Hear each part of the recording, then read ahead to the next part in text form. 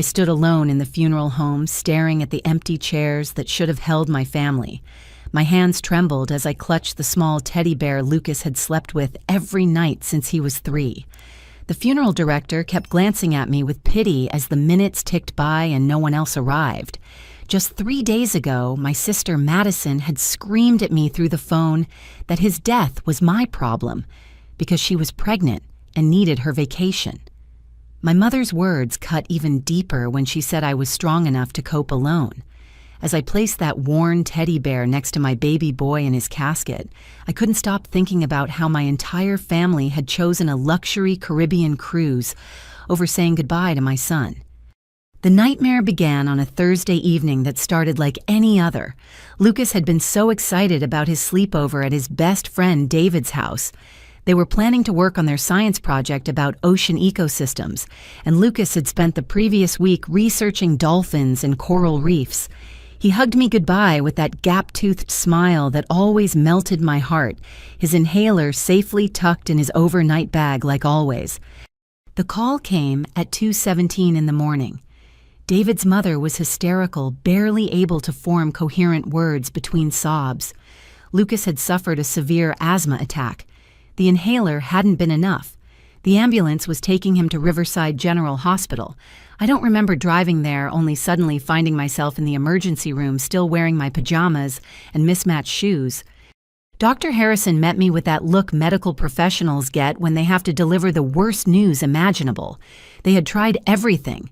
The attack had been too severe, triggering cardiac arrest. My healthy, vibrant 10-year-old son, who had been talking about becoming a marine biologist just hours before, was gone. I collapsed in that sterile hospital corridor.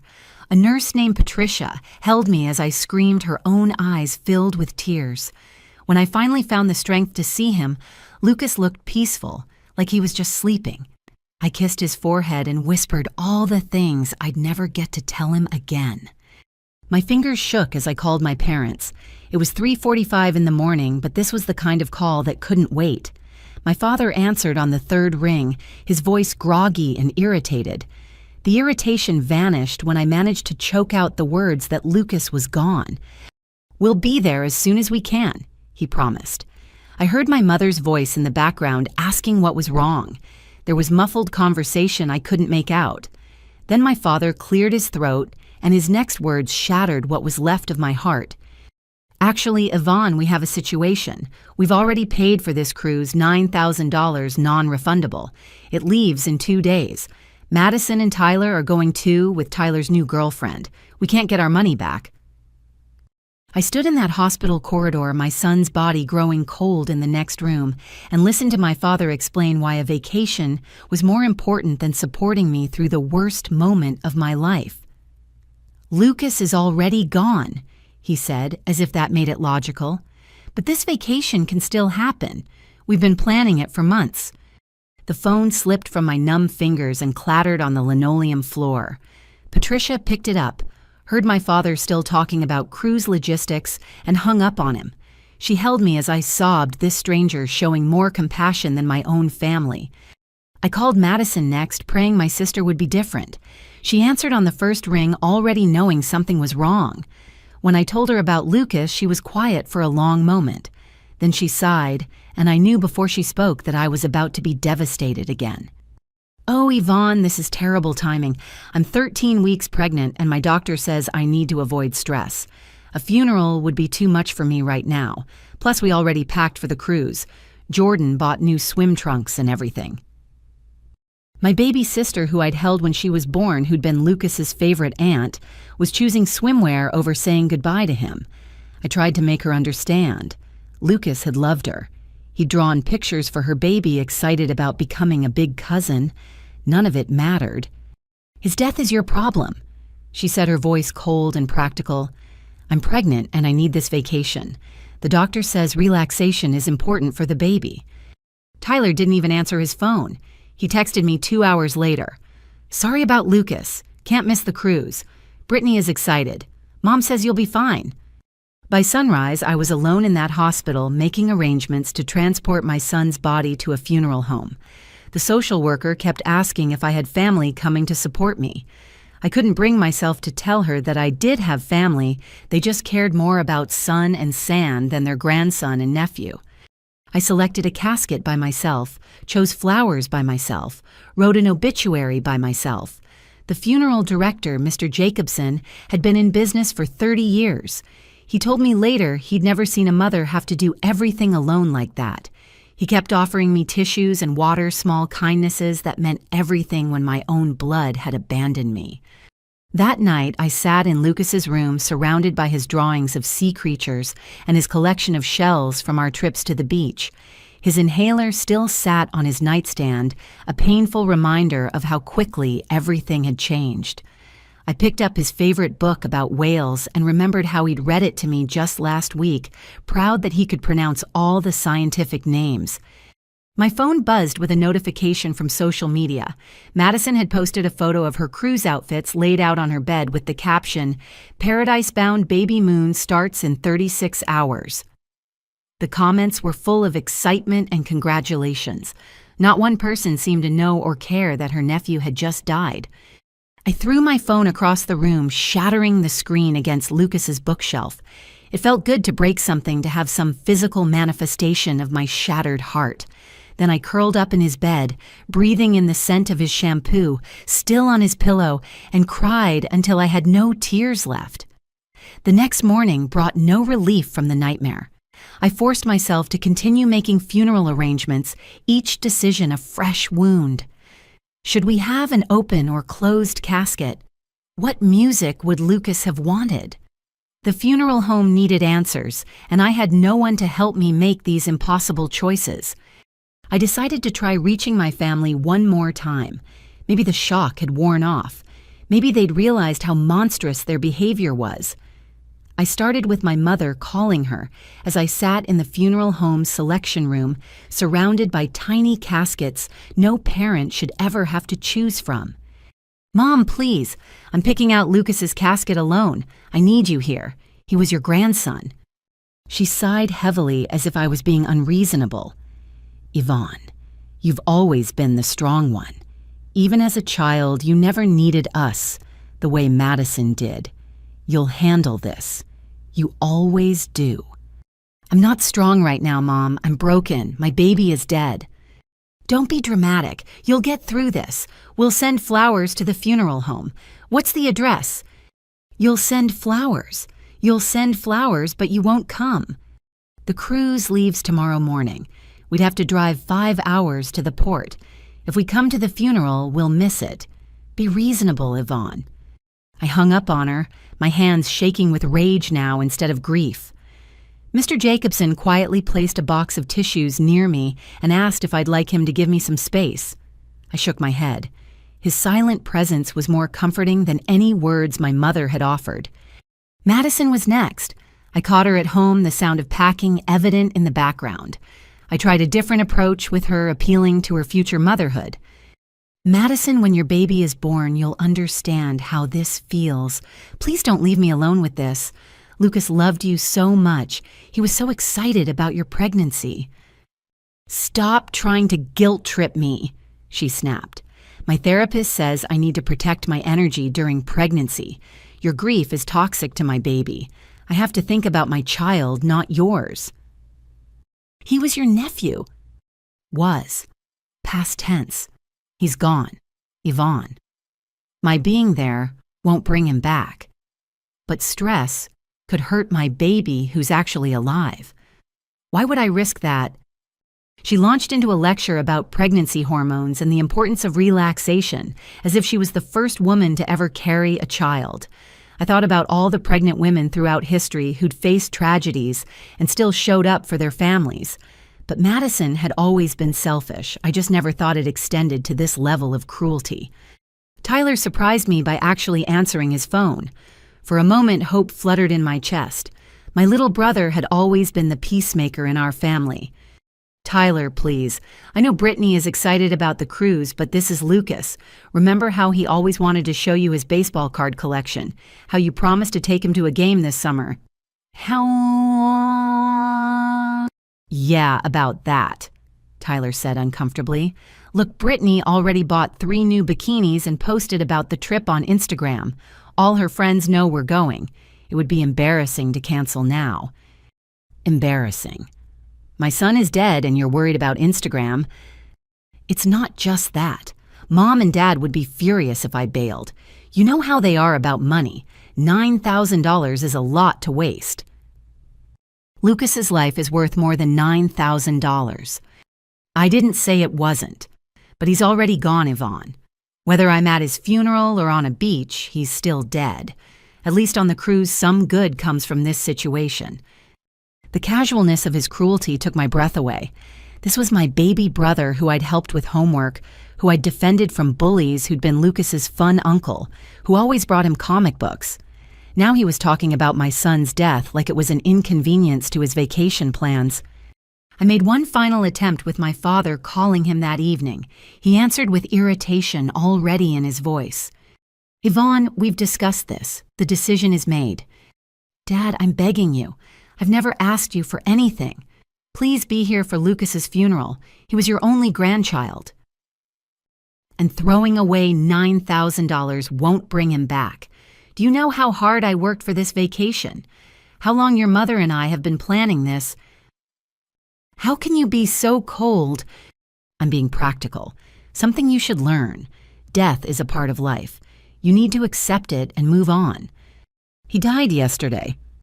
And he'll still be dead whether we're there or not. But that money will definitely be gone if we don't get on that ship. That's when my Aunt Helen called. My father's sister rarely contacted me directly, so I was surprised to hear from her. Yvonne, honey, I just heard about Lucas. I'm so sorry. When is the funeral? I'll drive down from Portland. Her kindness made me cry all over again. I told her the details, then couldn't help but share how my family was abandoning me for a cruise. There was a long silence on her end. Yvonne, there's something you should know. I probably shouldn't tell you this, but given the circumstances, your parents booked that cruise 3 days ago, after Lucas was admitted to the hospital. The room spun. I gripped the phone tighter, sure I'd misheard. That's not possible. Dad said they'd been planning it for months. I know because your mother called me to brag about the last-minute deal they got. She said something about how they were sure Lucas would recover and the family would need something happy to look forward to after the stress. They gambled that he'd be fine, and they lost. I couldn't speak. My parents had literally bet against my son's life. While I was sitting in that hospital praying for a miracle, they were booking a Caribbean vacation. The cruelty of it was incomprehensible. I'm so sorry, honey. I'll be at the funeral. You won't be alone, I promise. After we hung up, I sat in Lucas's room for hours trying to understand how the people who were supposed to love us most could be so heartless. His drawings were still taped to the walls, colorful fish and whales and octopi that he'd spent hours perfecting. On his desk was the Mother's Day card he'd made me just 2 months ago. To the best mom in the whole ocean, love, Lucas. I realized then that my son had shown me more love and loyalty in his 10 short years than my family had shown in my entire life. The truth of that broke something inside me that I wasn't sure would ever heal. That night, I made a decision. If they wanted to abandon us, fine. But I would give Lucas the send-off he deserved, surrounded by people who actually cared about him. I started making calls to his teachers, his baseball coach, his friends' parents. Every single person I spoke to was horrified by my family's behavior and promised to be there. Mrs. Chen, his 4th grade teacher, cried on the phone. Lucas was such a special boy. Of course I'll be there. All of his classmates want to come too, if that's okay. They've been making cards and drawings for you. Coach Martinez offered to have the team serve as pallbearers. Lucas was the heart of our team. The boys want to honor him. David's mother, still racked with guilt, even though I'd assured her it wasn't her fault, organized a meal train for after the funeral. You shouldn't have to worry about cooking on top of everything else.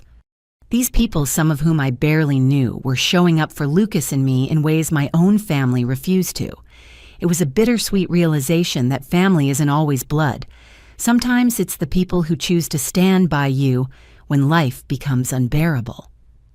The morning of Lucas's funeral arrived gray and drizzling as if the sky itself was mourning. I stood in my bedroom staring at the black dress I'd never imagined wearing for my son.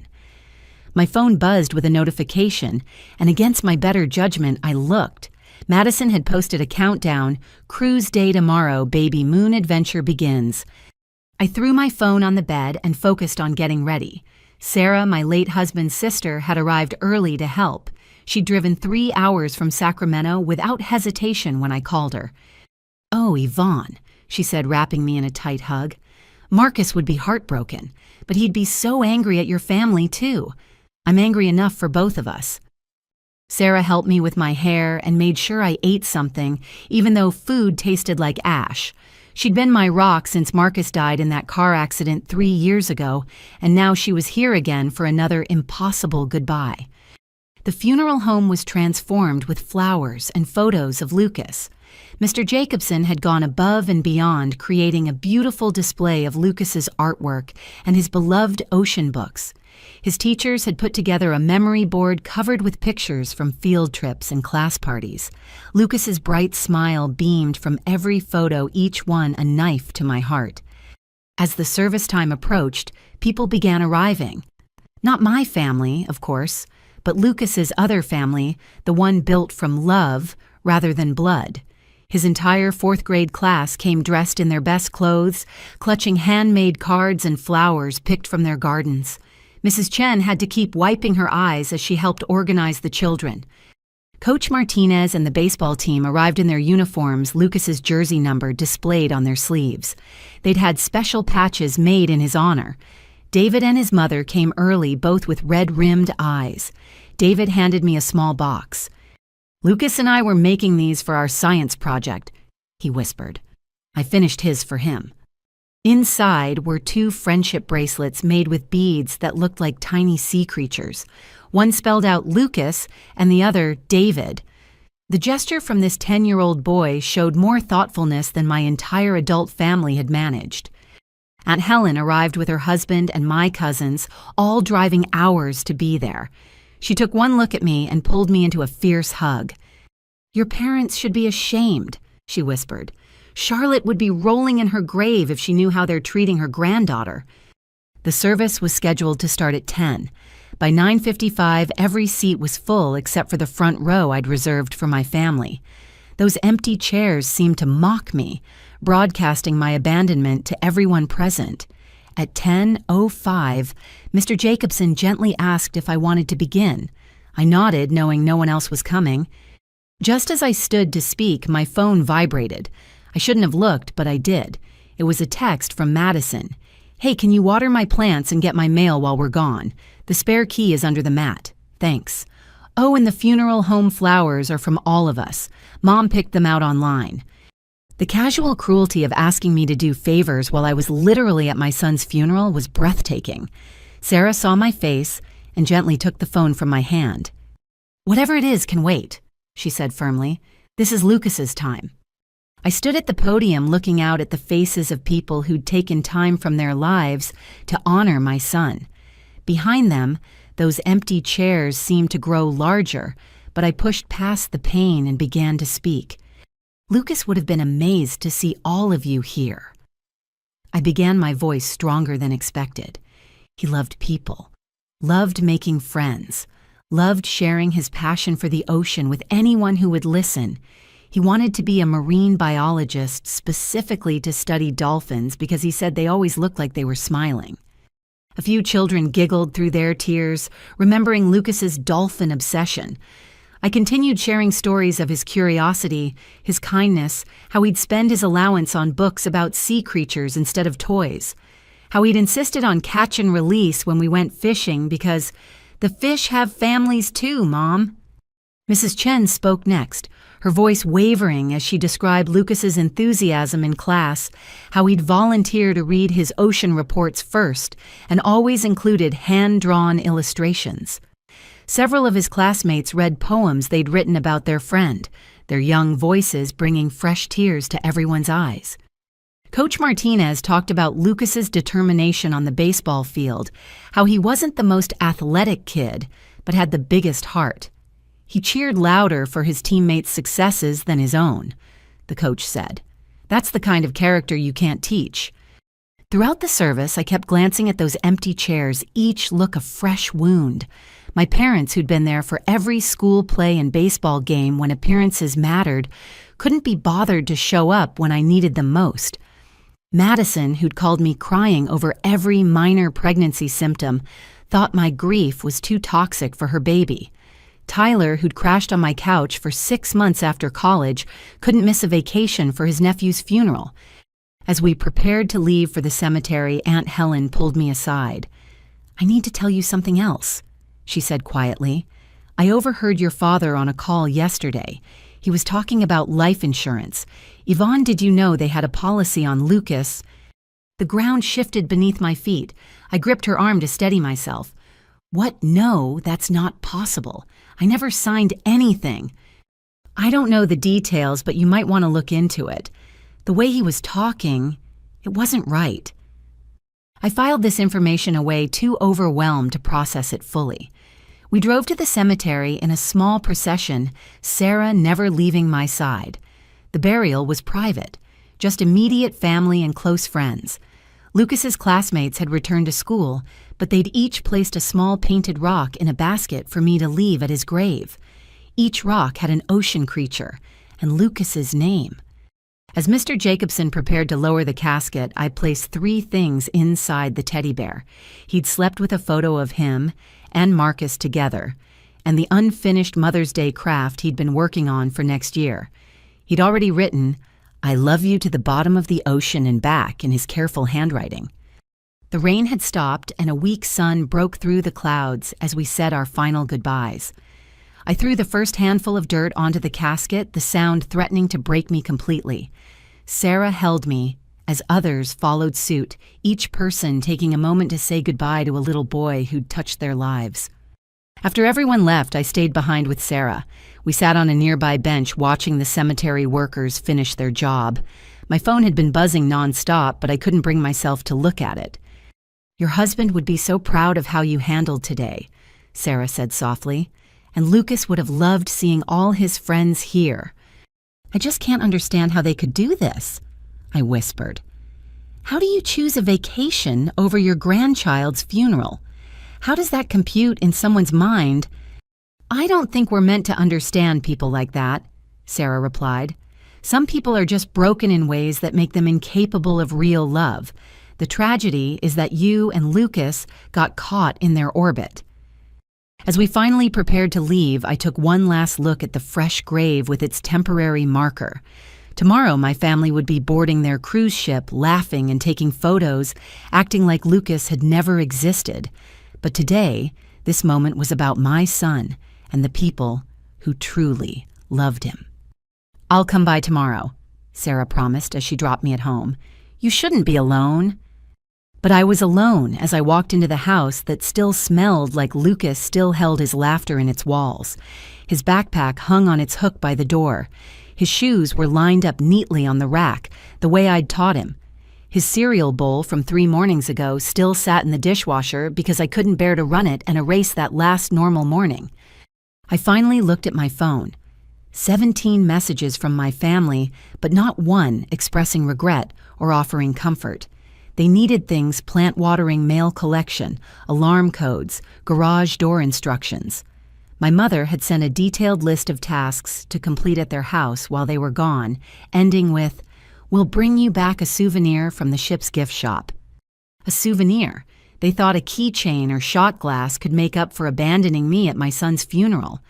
I turned off my phone and curled up on Lucas's bed, breathing in his scent, wondering how I'd ever survived in a family that could be so cruel and calculating. Tomorrow, I'd have to face the empty house and the silence and the growing suspicion that Aunt Helen's revelation about life insurance was just the beginning of discovering how deep my family's betrayal really went. 3 days after the funeral, I found myself standing in Madison's perfectly organized kitchen, watering her collection of succulents. Despite every instinct screaming at me to ignore her request, I couldn't let innocent plants die because their owner was heartless. That's what separated me from my family, I supposed. I still cared about living things. Madison's mail was piling up in her decorative box, mostly advertisements and baby catalogs. I sorted through them mindlessly until a thick envelope from Prudential Life caught my eye. The return address indicated it was from their claims department. My hands trembled as I held it, Aunt Helen's words echoing in my mind. I shouldn't open it. It was a federal crime to open someone else's mail. But something told me this envelope held answers to questions I was afraid to ask.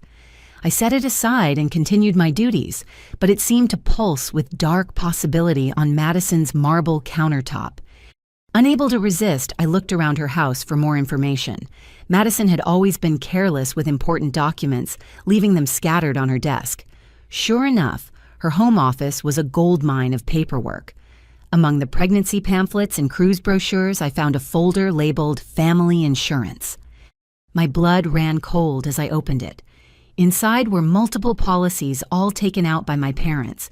There was one on Madison, one on Tyler, one on each of Madison's unborn twins already, and there, at the bottom, was Lucas's policy.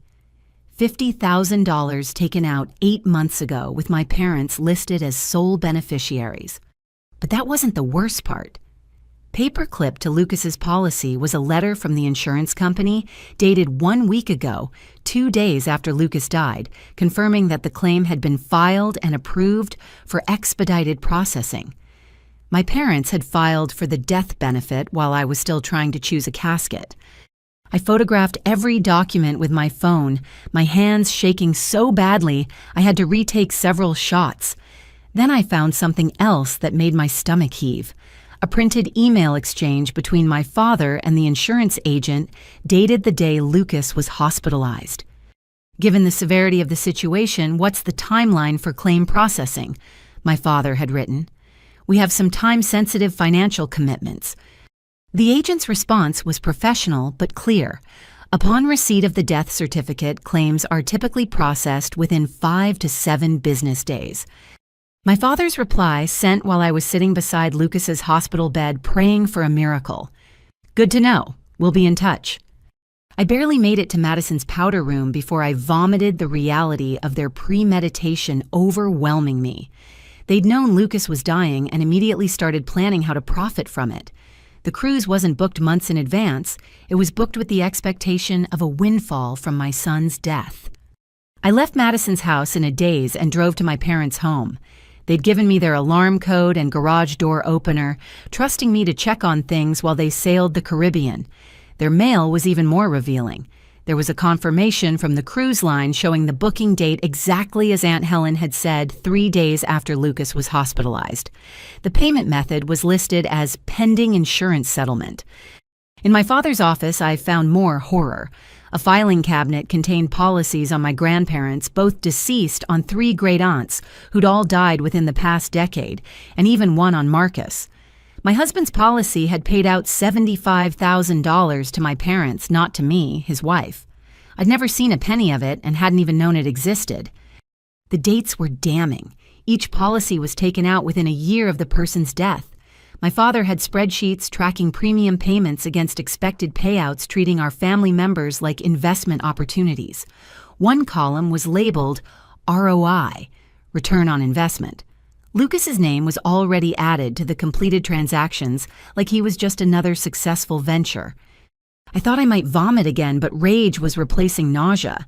These people had raised me, had pretended to love me and my son, all while calculating our monetary value. How many family funerals had they attended while secretly celebrating their incoming windfall? I needed professional help to understand the full scope of this. I drove to the office of Jennifer Morrison, an attorney who'd helped with Marcus's estate. She'd been kind and thorough, and I trusted her judgment. Her assistant squeezed me in for an emergency appointment when I mentioned potential insurance fraud. Jennifer's expression grew increasingly grim as I showed her the photographed documents. She made notes, asked careful questions, and finally set down her pen with a heavy sigh. Yvonne, this is extensive insurance fraud. Taking out policies without the knowledge or consent of the insured party's guardians is illegal. Your parents forged your signature on Lucas's policy. See here, This is supposed to be your consent as his mother." I stared at the signature that looked nothing like mine. They hadn't even tried to make it convincing. "What about Marcus's policy?" "That's more complicated since spouses can legally take out policies on each other. But your parents weren't his spouse. If they represented themselves as having insurable interest they didn't actually have, that's fraud, too. Yvonne, with your permission, I'd like to contact a colleague who specializes in insurance fraud. This appears to be a pattern spanning decades." I gave my consent, feeling like I was in a nightmare that kept getting worse. Jennifer made copies of everything and promised to investigate immediately. As I prepared to leave, she stopped me with a gentle hand on my arm. "I'm sorry, but I have to ask. Your husband's death was ruled an accident. Given what we're seeing here, do you have any reason to believe—" She didn't finish the sentence. She didn't have to. The thought had already poisoned my mind the moment I saw Marcus's policy. "His brakes failed on a clear day with a well-maintained car," I said numbly. "The mechanic said it was unusual but not impossible. Just terrible luck."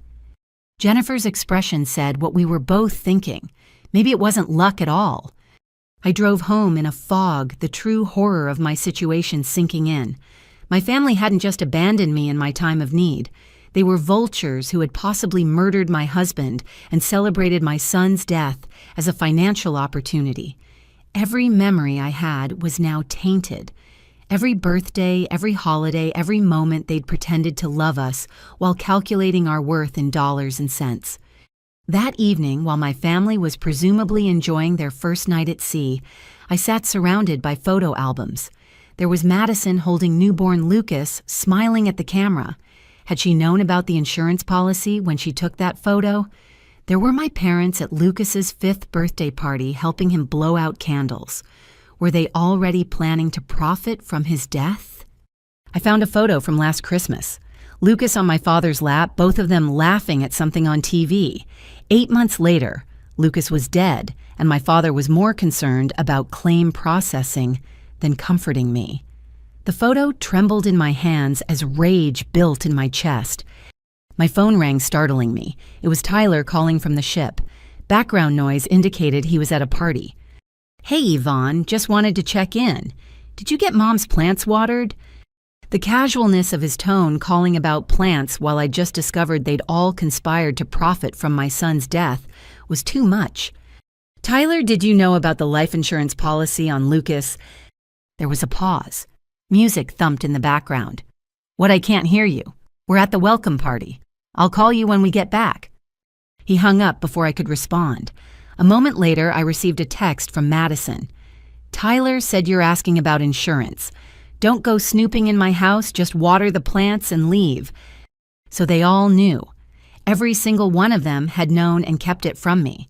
I thought about calling them back, screaming the truth at them, but what was the point? They were literally partying on a ship, paid for with my son's death benefit. Instead, I called Sarah. She came over immediately, bringing wine and tissues. When I showed her what I'd discovered, she had to sit down heavily on my couch. "Oh my God, Yvonne, this is monstrous. They're monsters." "What do I do? They're my family. They're all I have left." "No," Sarah said firmly. "They're not your family. Family doesn't do this. Family doesn't profit from your child's death. Family doesn't celebrate while you bury your 10-year-old son alone." We talked until late into the night, Sarah helping me process the unprocessable. She stayed in the guest room, unwilling to leave me alone with such devastating revelations. As I lay in bed, I could hear the ocean sound machine in Lucas's room still playing because I couldn't bear to turn it off. He'd loved falling asleep to those sounds, dreaming of the ocean adventures he'd never get to have. Tomorrow, I'd have to decide what to do with the information I'd uncovered. Tonight, I just had to survive the knowledge that the people who were supposed to love me most had been waiting for my son to die so they could go on vacation. The cruelty of it was suffocating, but beneath the pain, a cold fury was building. They thought they'd gotten away with it sailing into the sunset while I grieved alone. They were wrong. The next morning arrived with a clarity I hadn't felt since Lucas died. Rage had crystallized into determination overnight. I sat at my kitchen table with Sarah, strong coffee, and Jennifer Morrison on speakerphone. My attorney had worked through the night with her insurance fraud specialist colleague, and their findings were staggering. Yvonne, we've identified at least 12 policies your parents fraudulently obtained over the past 20 years, Jennifer explained. The pattern is clear and deliberate. They target family members with health conditions or high-risk factors, wait for what they consider an appropriate time, and then cash in. What about Marcus? I asked, though I dreaded the answer. We've contacted the detective who handled his accident.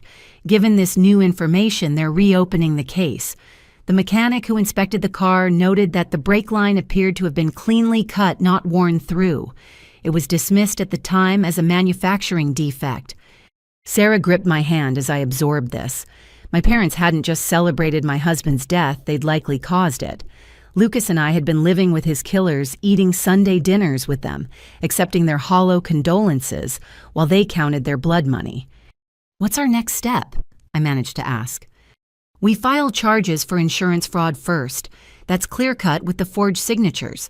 The murder investigation will take longer, but the insurance fraud will be enough to start federal proceedings.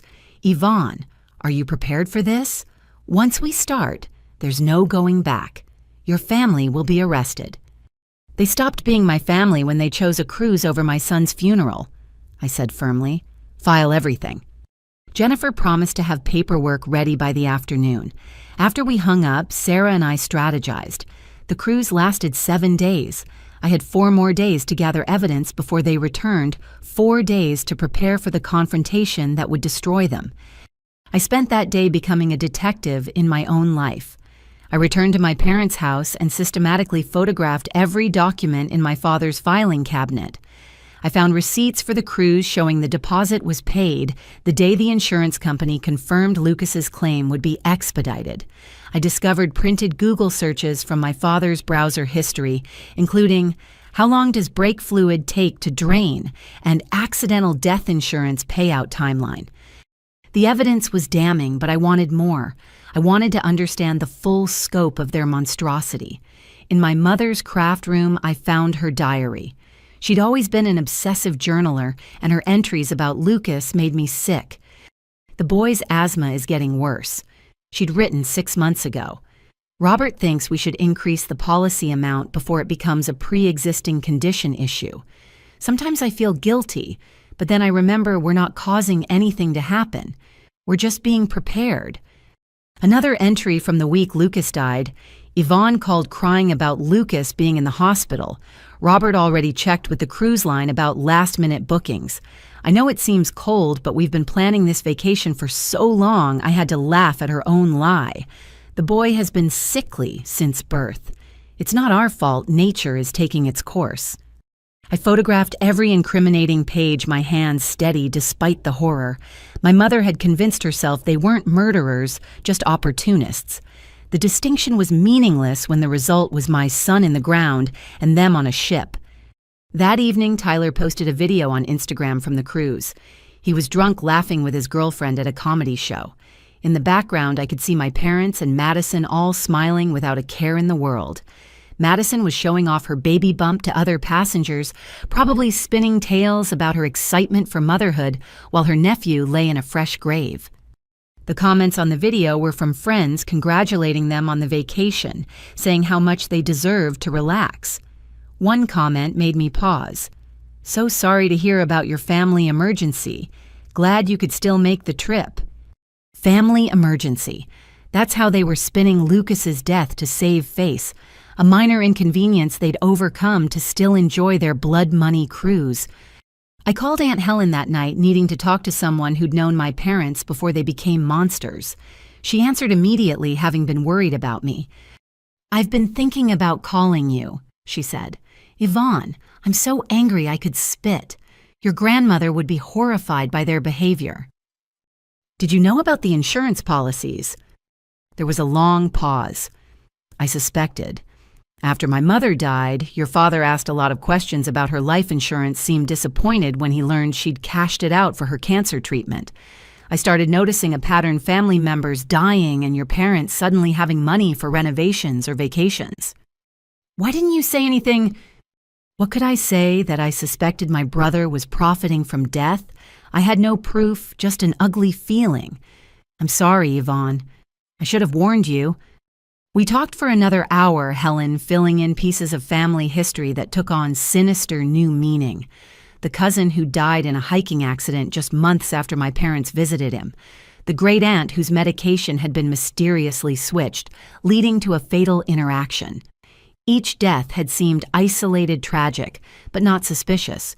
Together they painted a picture of serial killers who used insurance forms instead of weapons.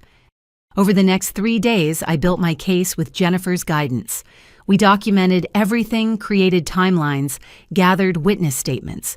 Sarah never left my side, making sure I ate and slept. The funeral home director, Mr. Jacobson, provided a statement about the unusual lack of family presence. The insurance company began their own investigation once Jennifer submitted the fraud evidence. Tyler's girlfriend, Brittany, turned out to be an unexpected ally. She called me from the ship, drunk and crying. "I'm so sorry about your son," she sobbed. "I didn't know he'd just died. Tyler told me the funeral was weeks ago. I would never have come if I'd known. This is so fucked up." She revealed that my family had been acting strangely on the cruise. My father kept checking his phone for bank deposits. Madison had bought thousands of dollars in designer baby clothes, charging them to my parents' room. My mother had booked spa treatments every day, joking about finally being able to afford the luxury she deserved. "They're acting like they won the lottery," Brittany said. "Now I know why. I'm breaking up with Tyler as soon as we dock. This is sick." I thanked her for her honesty and added her statement to our growing pile of evidence. By the time my family's cruise ship was heading back to port, we were ready. Jennifer had coordinated with federal investigators who would be waiting at the dock. I had copies of everything backup stored in multiple locations. The house of cards my parents had built on the bones of our family was about to collapse. The night before they returned, I stood in Lucas's room one more time. His collection of ocean books still lined the shelves. His drawings still decorated the walls. He'd never grow up to be the marine biologist he'd dreamed of becoming, never swim with dolphins or discover new species in the deep. But I would make sure his death meant something. I would get justice for him and Marcus and all the family members who'd been reduced to dollar signs in my parents' ledgers. "I'm going to make them pay, baby," I whispered to his empty room. "They thought they could profit from losing you, but they're about to lose everything." Tomorrow the confrontation would begin. They'd dock expecting to return to their normal lives, maybe hand me a souvenir and ask if I'd gotten over my grief yet. Instead, they'd find that their carefully constructed scheme had unraveled, and the daughter they'd dismissed as too strong to need support had become their worst nightmare. I smiled grimly as I turned off Lucas's ocean sounds for the first time since he'd died. The waves had soothed me through my darkest nights, but tomorrow I would become the tsunami that destroyed everything my family had built on the graves of those who'd loved them. The morning my family was due to return from their cruise, I positioned myself strategically. Jennifer had advised me to let them come to me rather than meeting them at the port where federal agents would be waiting. I wanted to see their tanned, relaxed faces when they realized their vacation was the last peaceful moment they'd ever have. By 2 in the afternoon, I heard cars pulling into my driveway. They'd come straight to my house, not even bothering to drop their luggage at home first. Through the window, I watched them emerge from Tyler's SUV, all golden tans and casual clothes. Madison's baby bump was more pronounced, displayed proudly in a tight sundress that probably cost more than Lucas's funeral flowers. They didn't knock. My mother used her spare key, calling out cheerfully as they entered my home, like they hadn't abandoned me in my darkest hour. "Yvonne, we're back. Where are you, sweetheart?" The false endearment made my skin crawl. I stayed in the living room, letting them come to me. They filed in with shopping bags and bright smiles, my mother carrying a gift shop bag that presumably held my consolation prize. "There you are," Mom exclaimed, moving to hug me. I stepped back and her smile faltered. "What's wrong? Are you still upset about the funeral?" "Honey, we talked about this. You need to move forward." "The cruise was amazing." Madison interrupted, rubbing her belly. "The baby loved all the food. Oh, I brought you something." She pulled out a ceramic dolphin about 3 inches tall, the kind of mass-produced trinket found in every port gift shop. Since Lucas loved ocean stuff, I thought this would be nice for his room. The casualness of giving me a cheap dolphin to memorialize my dead son made Sarah, who was sitting quietly in the corner, audibly gasp. My family finally noticed her presence. "Sarah," my father said coldly, "I didn't realize you were here. Family meeting time." "She is family," I said, my voice steady. "More than any of you have been. Sit down, all of you." Something in my tone must have penetrated their vacation haze because they exchanged glances before settling onto my furniture. Tyler looked uncomfortable, probably because Brittany had broken up with him at the port as promised. Good. "So dramatic," Mom muttered, but she sat. "I need to see Lucas's room," Madison announced. "I want to get ideas for the nursery, and since he won't be needing his furniture anymore—" The rage I'd been controlling threatened to explode. My dead son's bed wasn't even cold, and she was already redecorating with it in her mind. "Actually, that's why you're here," I said calmly. "We need to discuss Lucas's things, and Marcus's things, and Grandma Ellen's things, and Cousin Jeffrey's things. Should I continue?" My father's tan seemed to fade slightly. "What are you talking about?" "I'm talking about the 12 life insurance policies you've fraudulently taken out over the past 20 years. I'm talking about the $50,000 you collected on my 10-year-old son before his body was even buried. I'm talking about murder, Dad." The silence was deafening. Madison's hand froze on her belly. Tyler shifted nervously. My mother's practiced smile finally slipped. "You're grieving," Mom said carefully. "You're not thinking clearly. Why don't we come back when you're more rational?" "Oh, I'm perfectly rational. I have copies of everything. Every forged signature, every policy document, every email discussing claim processing while my son was dying. Jennifer Morrison. You remember her, she helped with Marcus's estate. She found it all very interesting. So did the federal investigators." "Federal investigators," Tyler squeaked.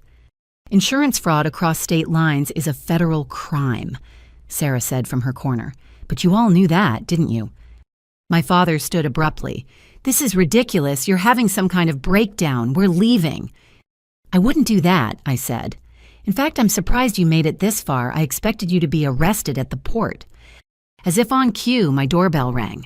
Through the window, we could all see the black federal vehicles outside. My family turned to stare at me, their vacation glow replaced by dawning horror. "You called the police on your own family," Madison whispered. "No, I called the police on criminals who profit from murdering family members. You just happen to be related to me." The federal agents entered with professional calm. Agent Martinez, whom I'd met with Jennifer, showed her badge and began reading rights. My mother started crying, mascara running down her cheeks. Not tears for Lucas or Marcus or any of the family members they'd killed, but tears for herself. "Yvonne, please," she begged as handcuffs were produced. "We're your parents. How can you do this? How could you celebrate on a cruise while I buried my son alone?" I shot back. "How could you forge my signature to profit from his death? How could you plan Marcus's murder?" "We didn't kill anyone," my father protested as Agent Martinez cuffed him. "The insurance policies were just financial planning that coincidentally paid out right before vacations and renovations," Agent Chen said, reviewing her notes. "Mr. Morrison, you're under arrest for insurance fraud, forgery, and conspiracy. We'll be adding more charges as the investigation continues." Madison was sobbing now, clutching her belly. "I'm pregnant. You can't arrest a pregnant woman. This stress is bad for my babies." "Maybe you should have thought about that before becoming an accessory to fraud," I said coldly. "Oh, and Jordan knows everything. He's filing for divorce and custody. Turns out he doesn't want his children raised by criminals." That broke her completely. She wailed as a female agent carefully arrested her, mindful of her condition, but not swayed by it. Tyler went quietly, his head hanging. As they were led out, he looked back at me. "I'm sorry about Lucas," he said quietly. "I didn't know I just thought it was weird timing." "But you knew about the insurance and said nothing," I replied. "Your silence makes you complicit." As the agents led my family away, neighbors gathered on their lawns to watch the spectacle. Mrs. Patterson from next door caught my eye and nodded approvingly. She'd been at Lucas's funeral, had seen the empty family chairs. Sometimes the neighborhood knows more than we think. My mother made one last attempt as she was placed in the vehicle. "Yvonne, remember, I'm your mother. I gave birth to you. And then you spent 20 years planning how to profit from my death," I called back. "The only reason I'm alive is because you couldn't forge a policy on an adult who'd notice." The vehicles pulled away, taking my biological family to face justice. Sarah wrapped her arms around me as I finally let myself cry, not from sadness, but from release. The weight I'd carried since discovering their crimes lifted slightly. Inside, on my coffee table, sat the ceramic dolphin Madison had brought. I picked it up, feeling its cheap weight, noting the Made in China sticker on the bottom. This was what they thought my son's life was worth. A $3 trinket from a cruise ship gift shop. I threw it against the wall, watching it shatter into pieces. Each shard seemed to represent a family member who'd chosen greed over love, vacation over compassion, money over my son's memory. Sarah helped me clean up the pieces, neither of us speaking. Some things were too big for words.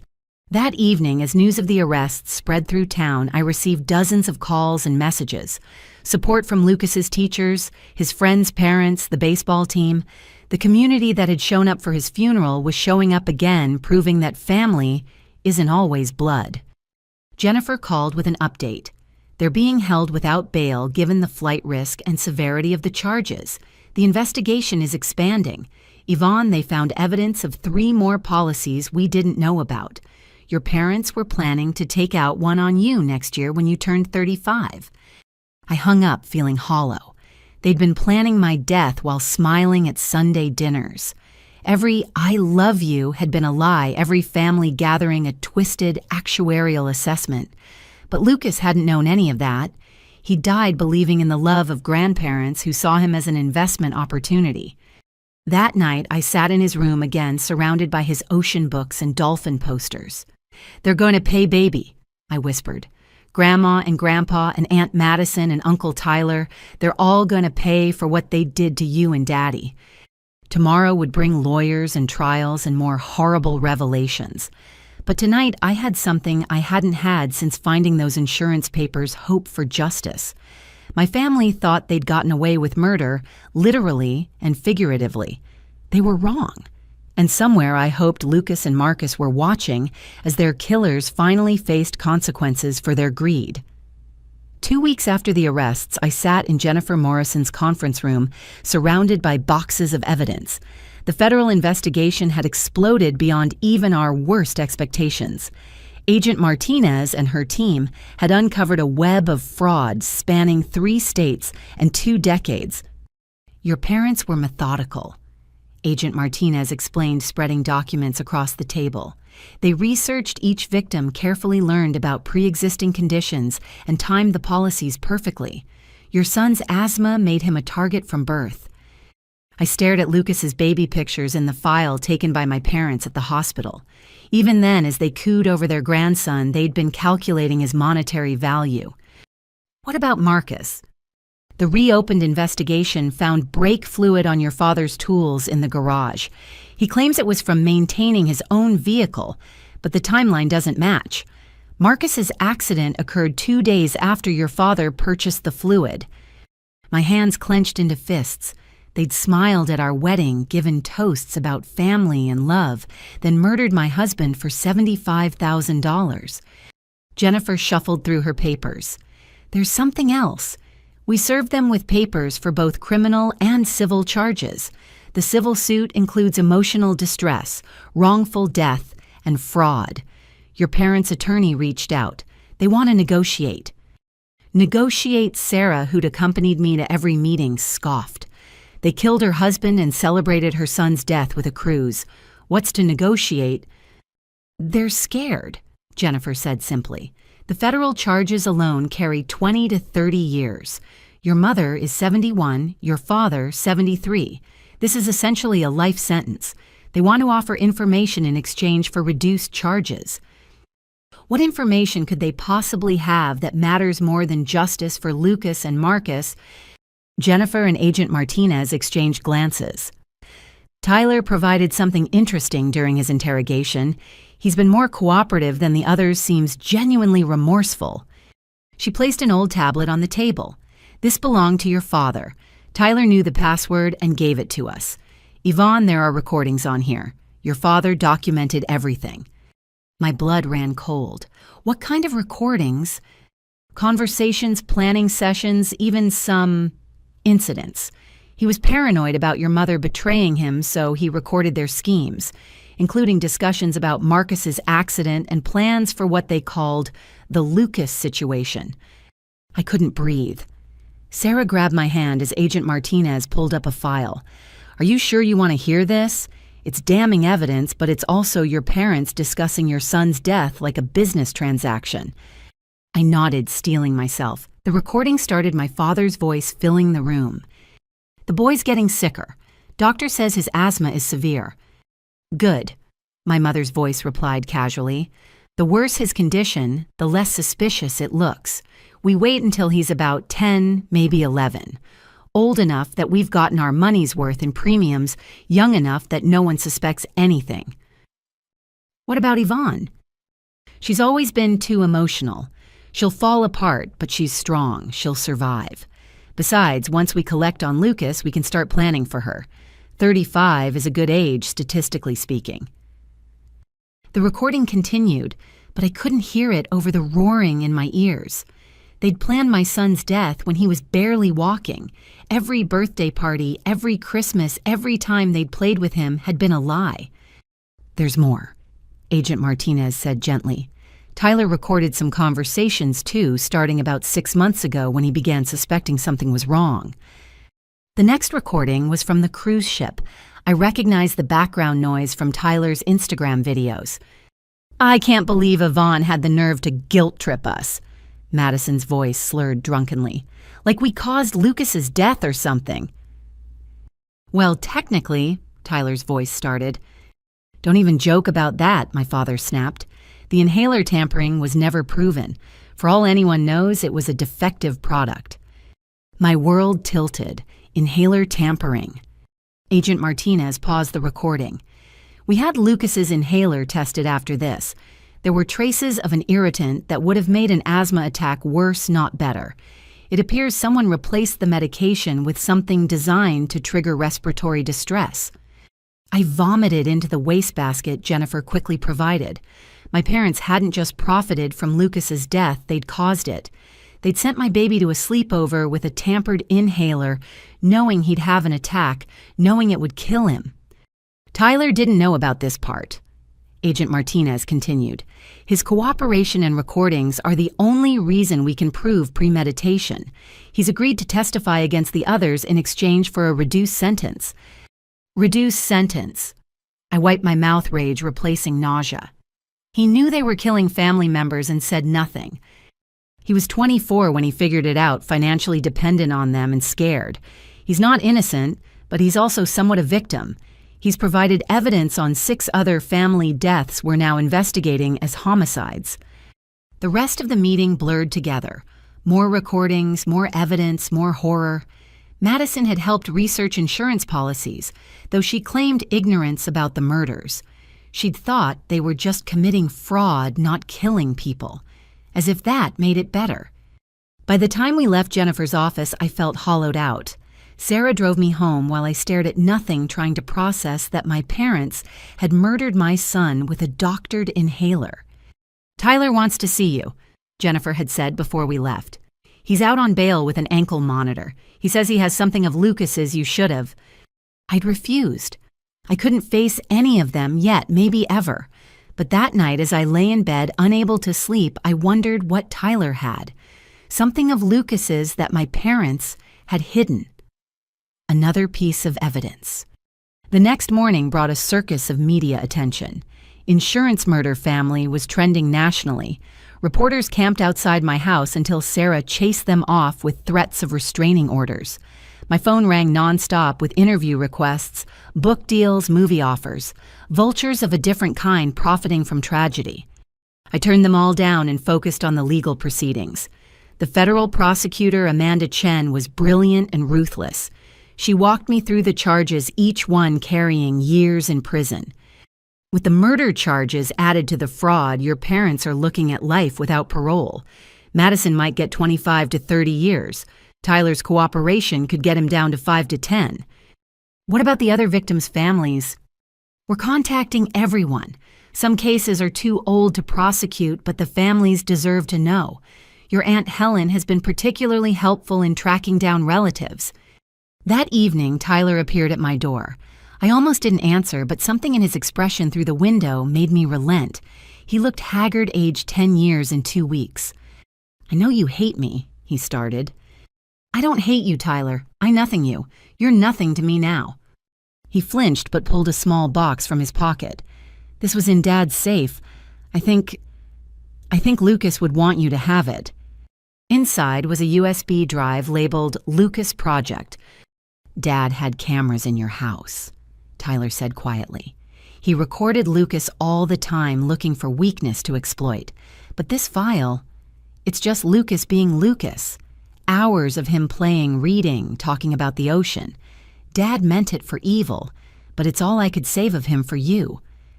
I took the drive with trembling hands. Tyler turned to leave, then stopped. "I know it doesn't matter, but I loved him. Lucas. I loved him and I let them kill him because I was a coward. I'll testify. I'll tell everything. I'll spend whatever time in prison they give me. But I needed you to know that someone in our family actually loved your son." He left before I could respond. That night, I plugged in the USB drive and found exactly what he'd promised. Hours of video of Lucas just living his life, reading his ocean books, drawing whales, telling Marcus about his day at school. My parents had meant to study him like a lab rat, but instead they'd captured the pure joy of a little boy who loved life. I watched until dawn, crying and laughing and remembering. In one video, Lucas looked directly at the hidden camera and waved. "Hi, Grandpa's secret camera," he chirped. "I know you're there. Mommy says you like to watch me because you love me. I love you too." Even in their surveillance, he'd found love. That was Lucas always seeing the best in people who didn't deserve it. I saved every video, backed them up in multiple places. These weren't the memories I'd chosen to record, but they were precious. Nonetheless, the trial was set to begin in 3 months. I had that long to prepare to steel myself for facing them in court, but I also had that long to figure out how to honor Lucas's memory beyond just seeking justice. He'd wanted to save the oceans. Maybe I could save other children from grandparents who saw them as dollar signs instead of family. The ceramic dolphin pieces still sat in a bag in my closet. I'd kept them, not sure why. Now I knew. They were evidence of how little my family valued Lucas's life. $3 in a gift shop, $50,000 in insurance money. Both equally obscene prices for a little boy who was priceless. Tyler's decision to fully cooperate with authorities opened floodgates of information we never expected. 3 days after he gave me the USB drive, Agent Martinez called an emergency meeting. Tyler would be there wearing a wire for the past week, and what he'd uncovered changed everything. I sat across from my brother in the federal building's conference room, Sarah beside me, and attorneys filling the remaining chairs. Tyler looked terrible, hollow-eyed and thin, the weight of his complicity eating at him visibly. "Before we begin," Agent Martinez said, "Tyler has been recording conversations with your parents and Madison from jail. They don't know he's cooperating. What you're about to hear is disturbing." Tyler spoke first, his voice barely audible. "I went to see them separately, pretended I was trying to coordinate our defense. Dad thought I was still on their side." The first recording was from the county jail, Tyler visiting our father. "They can't prove anything about the inhaler," Dad's voice said confidently. I was careful. Wore gloves replaced it weeks before. Even if they test it, the residue could be from anywhere. But they found your searches about respiratory irritants, Tyler prompted. Circumstantial. I have allergies. I was researching for myself. What about Marcus? A pause. What about him? Come on, Dad, it's just us. I need to know what I'm defending.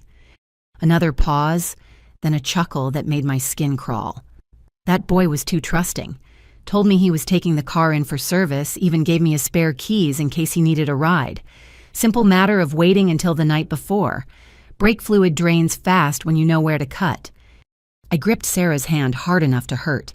Hearing him admit it so casually, like he was discussing changing oil instead of murdering my husband, was devastating. How many others, Dad? Why do you want to know? Because I'm your son. Because I'm facing prison. Because I deserve to understand what I'm part of. Pride crept into our father's voice. 17 successful claims over 22 years. Your mother wanted to stop at 10, but the money was too good. Do you know what retirement costs these days? 17 family members. 17 people who'd trusted them, loved them, died for their retirement fund. Tyler switched off that recording. Mom was worse, he said quietly. The next recording was Madison and our mother in the women's facility. I can't believe Yvonne did this to us, Madison whined. My babies need their grandmother. Your babies need their inheritance more, Mom replied coldly, though that's gone now thanks to your sister's dramatics. Maybe she'll forgive us eventually, for the twins' sake. Mom laughed a sound I'd never heard before, cruel and calculating. Yvonne was always too soft. That's why we had to handle Lucas ourselves. She'd never have the stomach for what needed to be done. But you said his death was natural. Oh, Madison, still so naive. Nothing about our family finances has been natural for 20 years. Your grandfather's heart attack helped along. Cousin Jeffrey's allergic reaction, peanut oil in his coffee creamer, Aunt Dolores's fall down the stairs. She was pushed. Madison's gasp sounded genuine. You killed Grandpa. Your grandfather was 82 and mean as a snake. His death gave us the seed money for everything else. He'd have approved honestly. He always said family was just another word for obligation. The recording continued with Mom detailing murders like grocery lists. Each family member had been carefully researched their deaths, designed to look natural or accidental. She showed no remorse, only pride in their efficiency. But Lucas was just a little boy, Madison protested weakly. A sick little boy who would have cost more in medical bills than he was worth.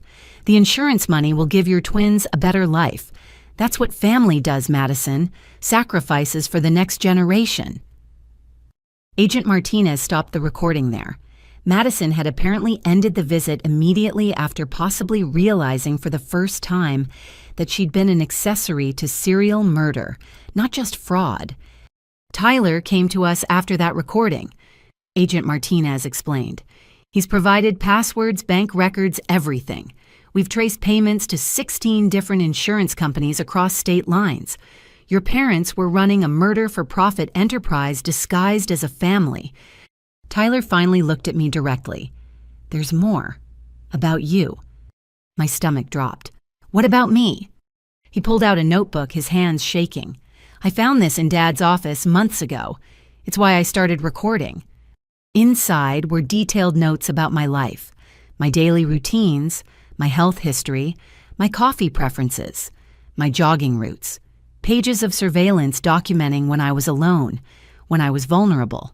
At the top of one page in my father's handwriting, why? 35th birthday. Marcus precedent established. Single mother accident.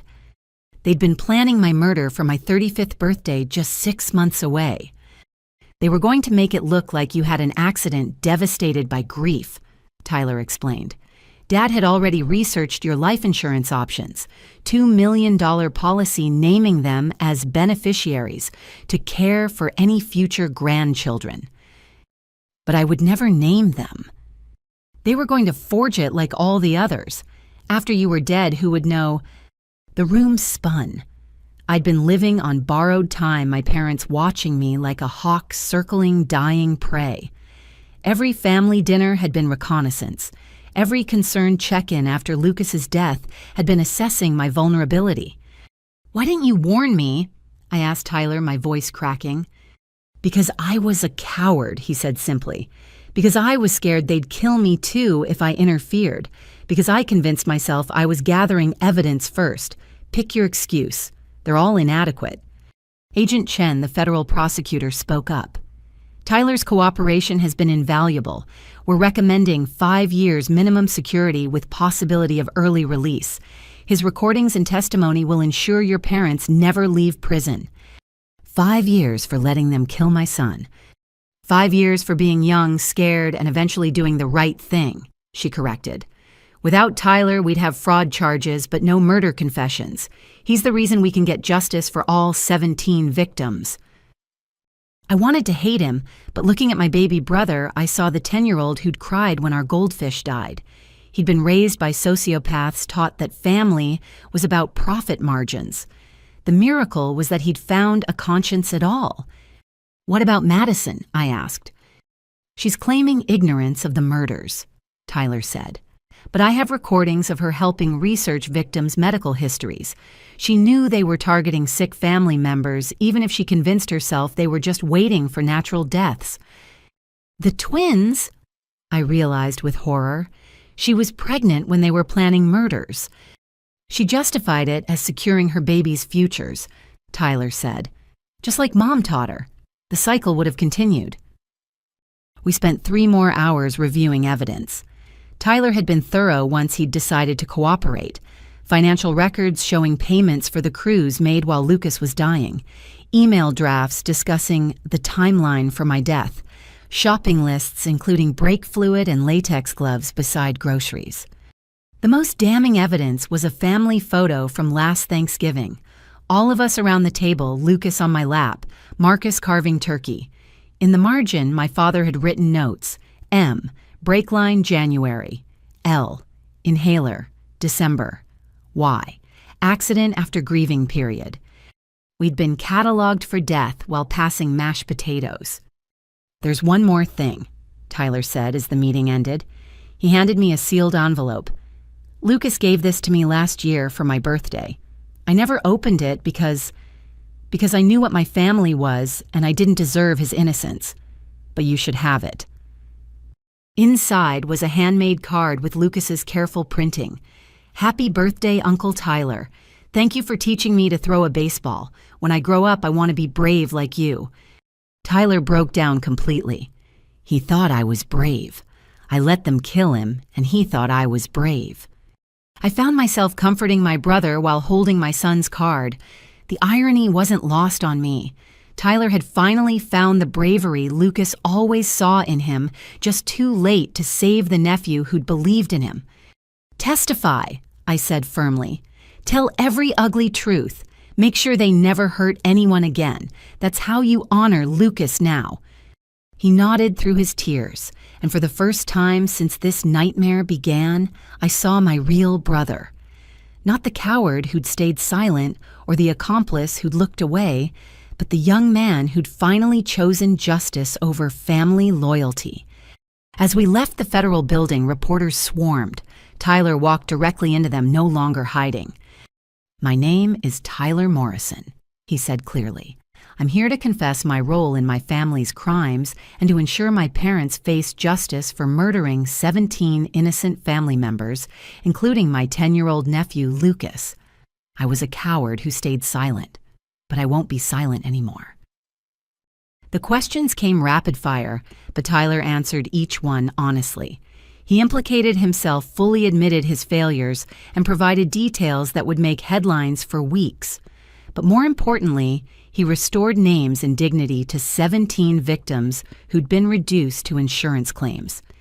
That night, I added Lucas's birthday card to my growing collection of memories. My son had seen good in everyone, even in an uncle who'd failed him. Maybe that's how I'd honor him, not just with justice, but with the hope that people could choose to be better than their worst moments. The trial would start soon, and with Tyler's testimony, convictions were certain. But tonight, I held my son's card and tried to see the world through his eyes one more time. A world where Uncle Tyler was brave, where grandparents loved without calculation, where families protected instead of profited from each other. Tomorrow I'd return to the harsh reality. Tonight I'd let Lucas's innocent faith in human goodness guide me towards something better than revenge. Justice, yes, but also the possibility of redemption for the only family member who'd finally chosen truth over blood money. The call came at 3 a.m, 2 weeks before the trial was set to begin. Madison had been rushed to the hospital from jail, experiencing complications with her pregnancy.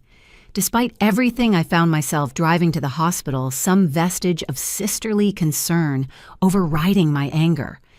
I found her handcuffed to a hospital bed, 2 guards outside her door. She looked terrible pale and swollen fear replacing her usual smugness. When she saw me, tears immediately started flowing. "Yvonne, thank God. I've been asking for you for hours. Please, I need to talk to you." "You have 5 minutes," I said coldly. "I didn't know," she whispered urgently. "I swear on my baby's lives, I didn't know they were killing people. I thought we were just taking advantage of situations that would happen anyway." "You helped research medical histories. You knew about Lucas's asthma.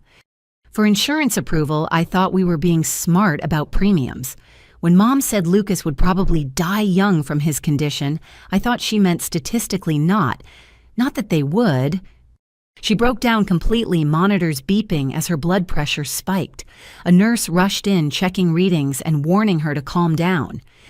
"Please," Madison begged after the nurse left. "Jordan's divorcing me. He's taking the twins when they're born. My own babies won't know me because I'll be in prison. I need you to know the truth." Something in her voice made me sit down. "Then tell me everything." What followed was 2 hours of confession that painted a different picture than I'd assumed. Madison had been groomed from birth to see insurance as investment, death as opportunity. Our parents had started her education early, having her help with paperwork when family members died, praising her for finding loopholes and discounts. "When Grandma died, I was 12, Madison recalled. "Mom had me write the thank you cards for funeral flowers while she filed the insurance claim. She said it was teaching me responsibility. By the time I realized it wasn't normal, I was already in too deep." "When did you start suspecting?" "Cousin Jeffrey's death. I'd helped research his allergies for the insurance forms. When he died from anaphylaxis, something felt wrong. But Mom said I was being paranoid that lots of people have severe allergies." She pulled out a worn notebook from her bag, one the guards had apparently cleared. "I started keeping track after that. Deaths in our family versus statistics. We were dying at 3 times the normal rate. But every time I brought it up, Mom would gaslight me. Say I was being morbid, that I was upset because of hormones." The notebook was disturbing. Madison had documented every family death for the past decade, noting suspicious circumstances. She'd been building the same case Tyler had, but from a different angle. "Why didn't you go to the police?" "With what suspicions math besides, they're my parents. I kept telling myself I was wrong, that I was seeing patterns that weren't there. Even when Tyler started acting strange, I ignored it." "But the cruise. You knew Lucas had just died and you went on a cruise." Fresh tears flowed. "Mom called it a baby moon, said I needed to relax for the twins, said Lucas was already gone and my living babies needed me healthy. She made it sound so logical. But on that ship, when she started talking about the insurance money buying baby furniture, she trailed off, hand on her belly. The twins kicked visibly and I felt an unexpected pang. These babies were innocent of their family's crimes. Jordan recorded everything," Madison continued. "My breakdown when I realized the truth. He was gathering evidence for custody before I even knew I needed a divorce lawyer. He's a good man. He'll raise them right away from this poisonous family. Why should I believe you didn't know?" Madison pulled out her phone, showing me text exchanges with our mother. The manipulation was masterful. Every concern Madison raised was met with guilt trips about not trusting family accusations of being hormonal reminders that everything was for the children. "Look at this one," Madison said, scrolling to a conversation from the day Lucas died. "Mom, the cruise is already booked. Lucas wouldn't want his aunt to miss it because of him."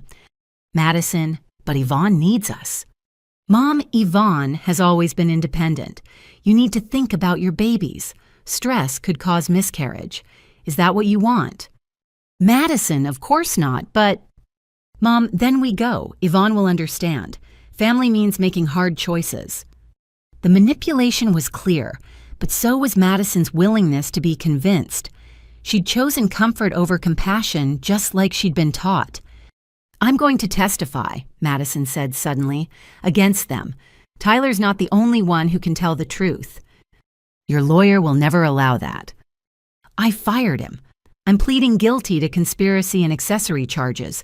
Jordan's uncle is representing me now just to ensure I get to testify. I'll probably get 15 years instead of 30, but at least my children won't grow up thinking I'm a monster." "You're a monster. You chose a vacation over my son's funeral." "I know," she whispered.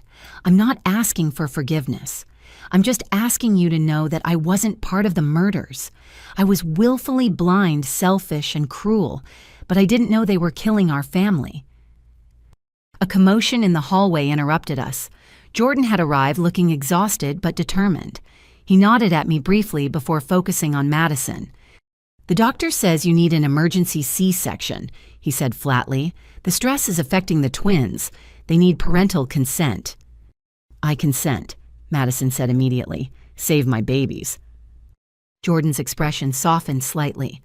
"I've brought the custody papers. Sign them now before surgery. Full custody to me, no visitation rights until you've served your sentence and completed therapy." Madison signed without reading, tears streaming. "Just promise me you'll tell them I loved them, that I did one right thing by letting you raise them." As they prepared to wheel her to surgery, she grabbed my hand. "Yvonne, in my jewelry box at home, there's a USB drive hidden in the bottom. It has recordings from family dinners going back years.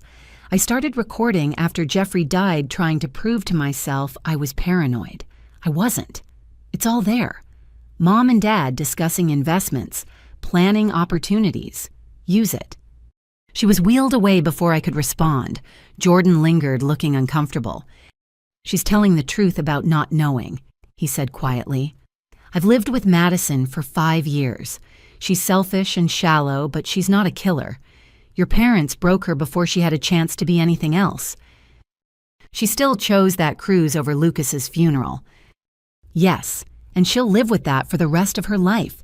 But she was 33 years old and still asking her mother for permission to think. That's not an excuse, just an explanation." I left the hospital feeling conflicted.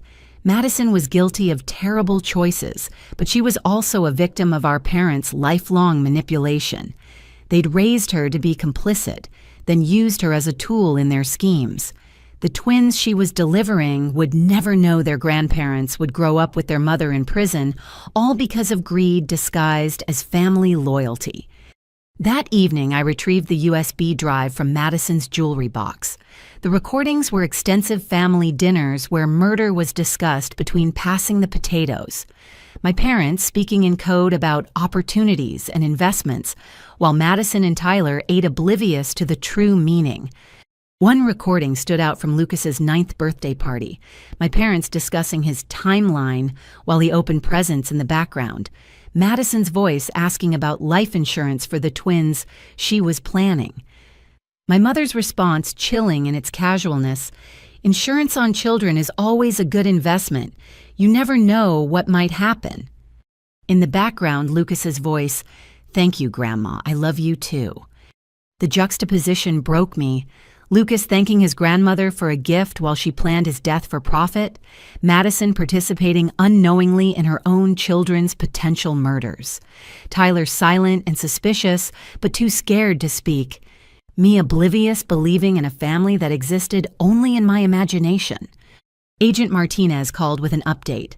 Madison had delivered twin boys via emergency C-section. Both were healthy already in Jordan's custody. She'd named them before surgery, Marcus and Bradley. When I asked why those names, Jordan texted me her answer. "Marcus for the uncle they'll never meet because of my family's crimes. Bradley for the fresh start they deserve. Madison would recover under guard and then return to jail to await trial.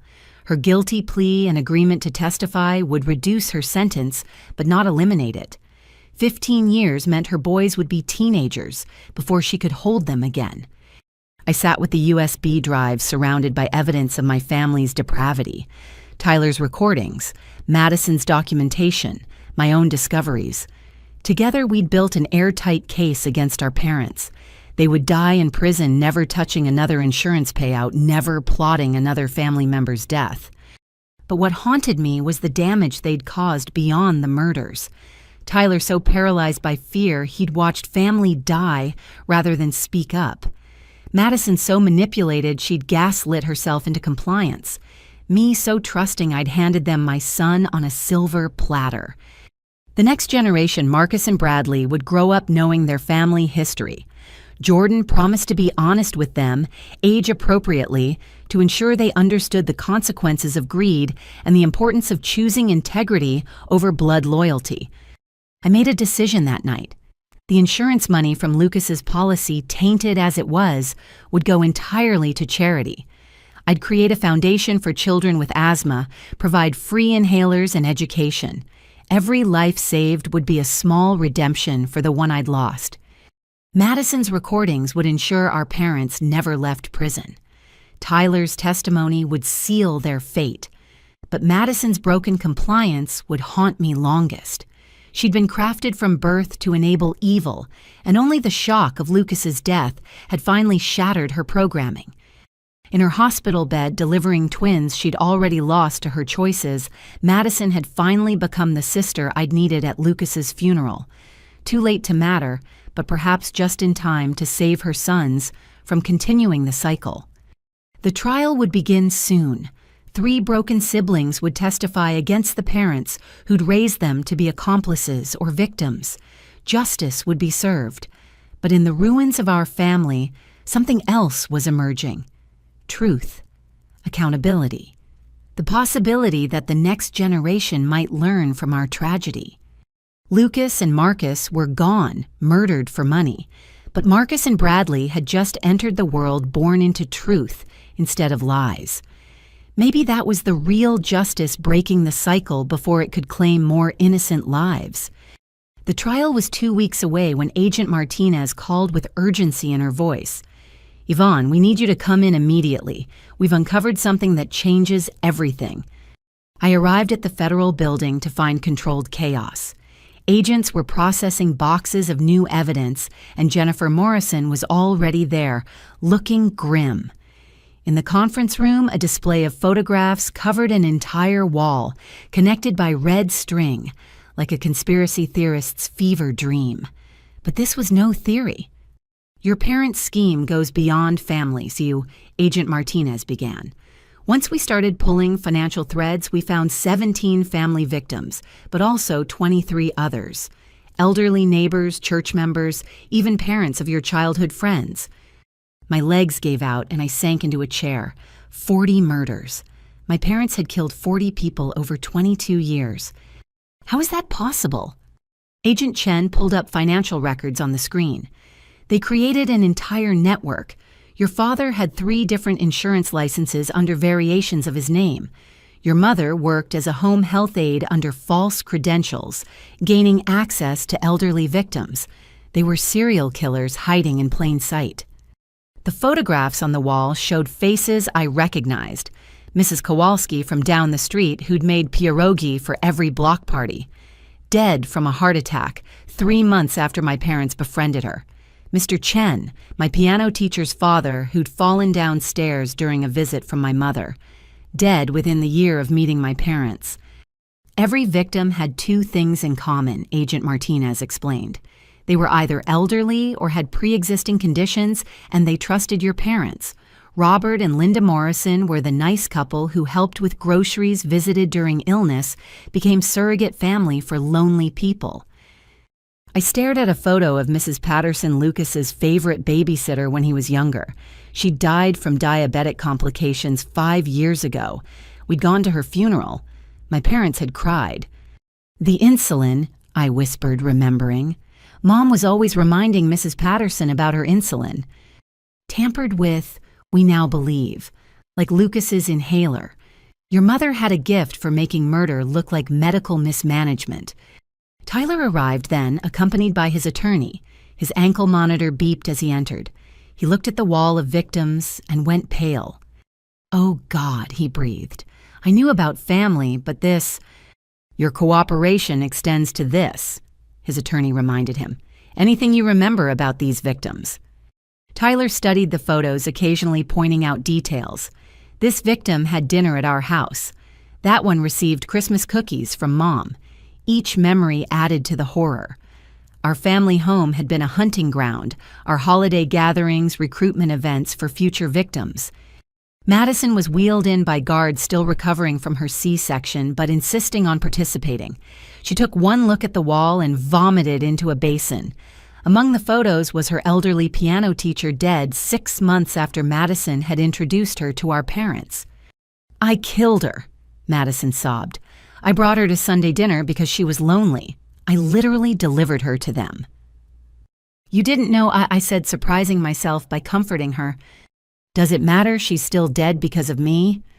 The investigation revealed our parents' methodology in sickening detail. They kept journals rating potential victims by profitability versus risk. Mrs. Kowalski rated 810, no family trusting $500K policy potential. Mr. Chen scored 910, language barrier, isolated diabetic. Most disturbing were the photos. Our family albums, which I'd thought captured happy memories, were actually reconnaissance. Every birthday party, neighborhood barbecue, and church potluck had been a hunting expedition. In the background of Lucas's 5th birthday were 3 future victims, all dead within 2 years of that photo. "There's more," Agent Martinez said heavily. She pulled up a map dotted with red pins. "These are suspicious deaths in 3 states where your parents lived before you were born. We're working with cold case units, but the pattern suggests they've been doing this since before any of you were born." The math was staggering.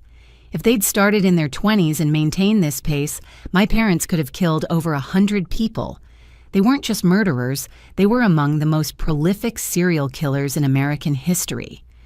A knock interrupted our spiral into horror. An FBI agent entered with a laptop. "We cracked Robert Morrison's encrypted files. You need to see this." The files contained everything: detailed murder plans, insurance paperwork, even a rating system for different killing methods. But one folder made everyone in the room gasp. It was labeled the Yvonne problem. Inside were scenarios for my death, dating back 3 years to right after Marcus died. Dozens of plans, each more elaborate than the last. Car accidents, home invasions, accidental drownings, even a scenario where I died, saving someone else, ensuring I'd be remembered as a hero while they collected millions. "They couldn't decide," Tyler said quietly, reading over my shoulder. "Look at Dad's notes. He says you were too profitable alive taking care of Lucas to kill immediately. But once Lucas was gone—" The final entry was dated the day before they left for the cruise. Why death postponed pending grief period. 6 months optimal for accident scenario. Practice run on Marcus successful. Practice run. My husband's murder had been practice for killing me. I excused myself and barely made it to the bathroom before breaking down completely. Jennifer found me there 20 minutes later, sitting on the floor, unable to process the magnitude of evil I'd been raised by. "We're going to get them," she promised. "Every victim will have justice." When I returned to the conference room, they'd uncovered another horrifying detail. My parents had recruited others: 3 insurance agents who'd helped forge documents, a nurse who'd provided medical information, a mechanic who'd assisted with accidents.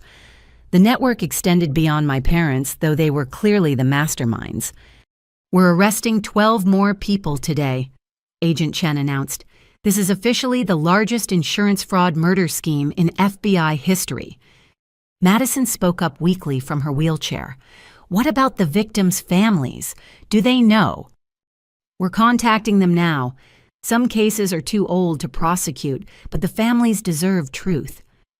Over the next hours, we helped identify victims from photos providing names and connections.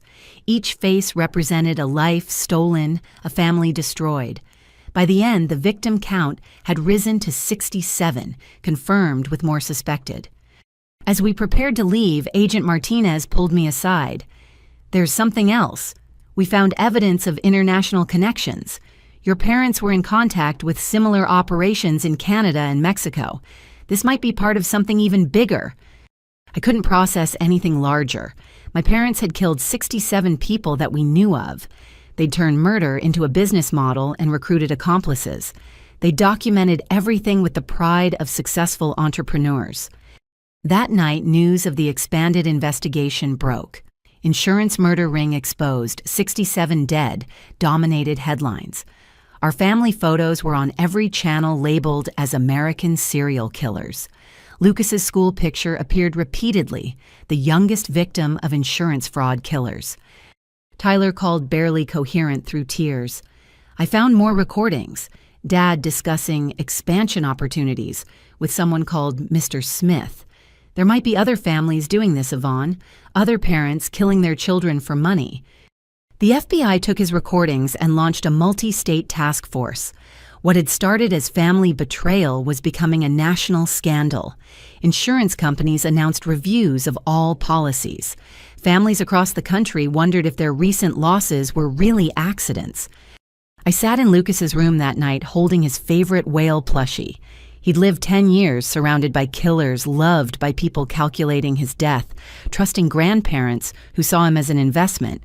But somehow he'd remained pure and loving until the end. "I'm going to stop them all." I promised his empty room. "Every family doing this, every child at risk. Your death won't just stop Grandma and Grandpa. It's going to save others." The trial would now be a media circus. 67 victims meant 67 families wanting justice.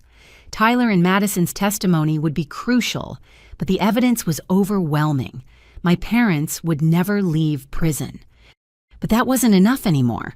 Somewhere out there were other families like mine, other children like Lucas, marked for death by the people who should protect them. The investigation had revealed a cancer in American society, hiding behind insurance paperwork and family smiles. Tomorrow would bring more revelations, more arrests, more horror. But tonight I held Lucas's whale and promised him that his death would mean something beyond one family's greed.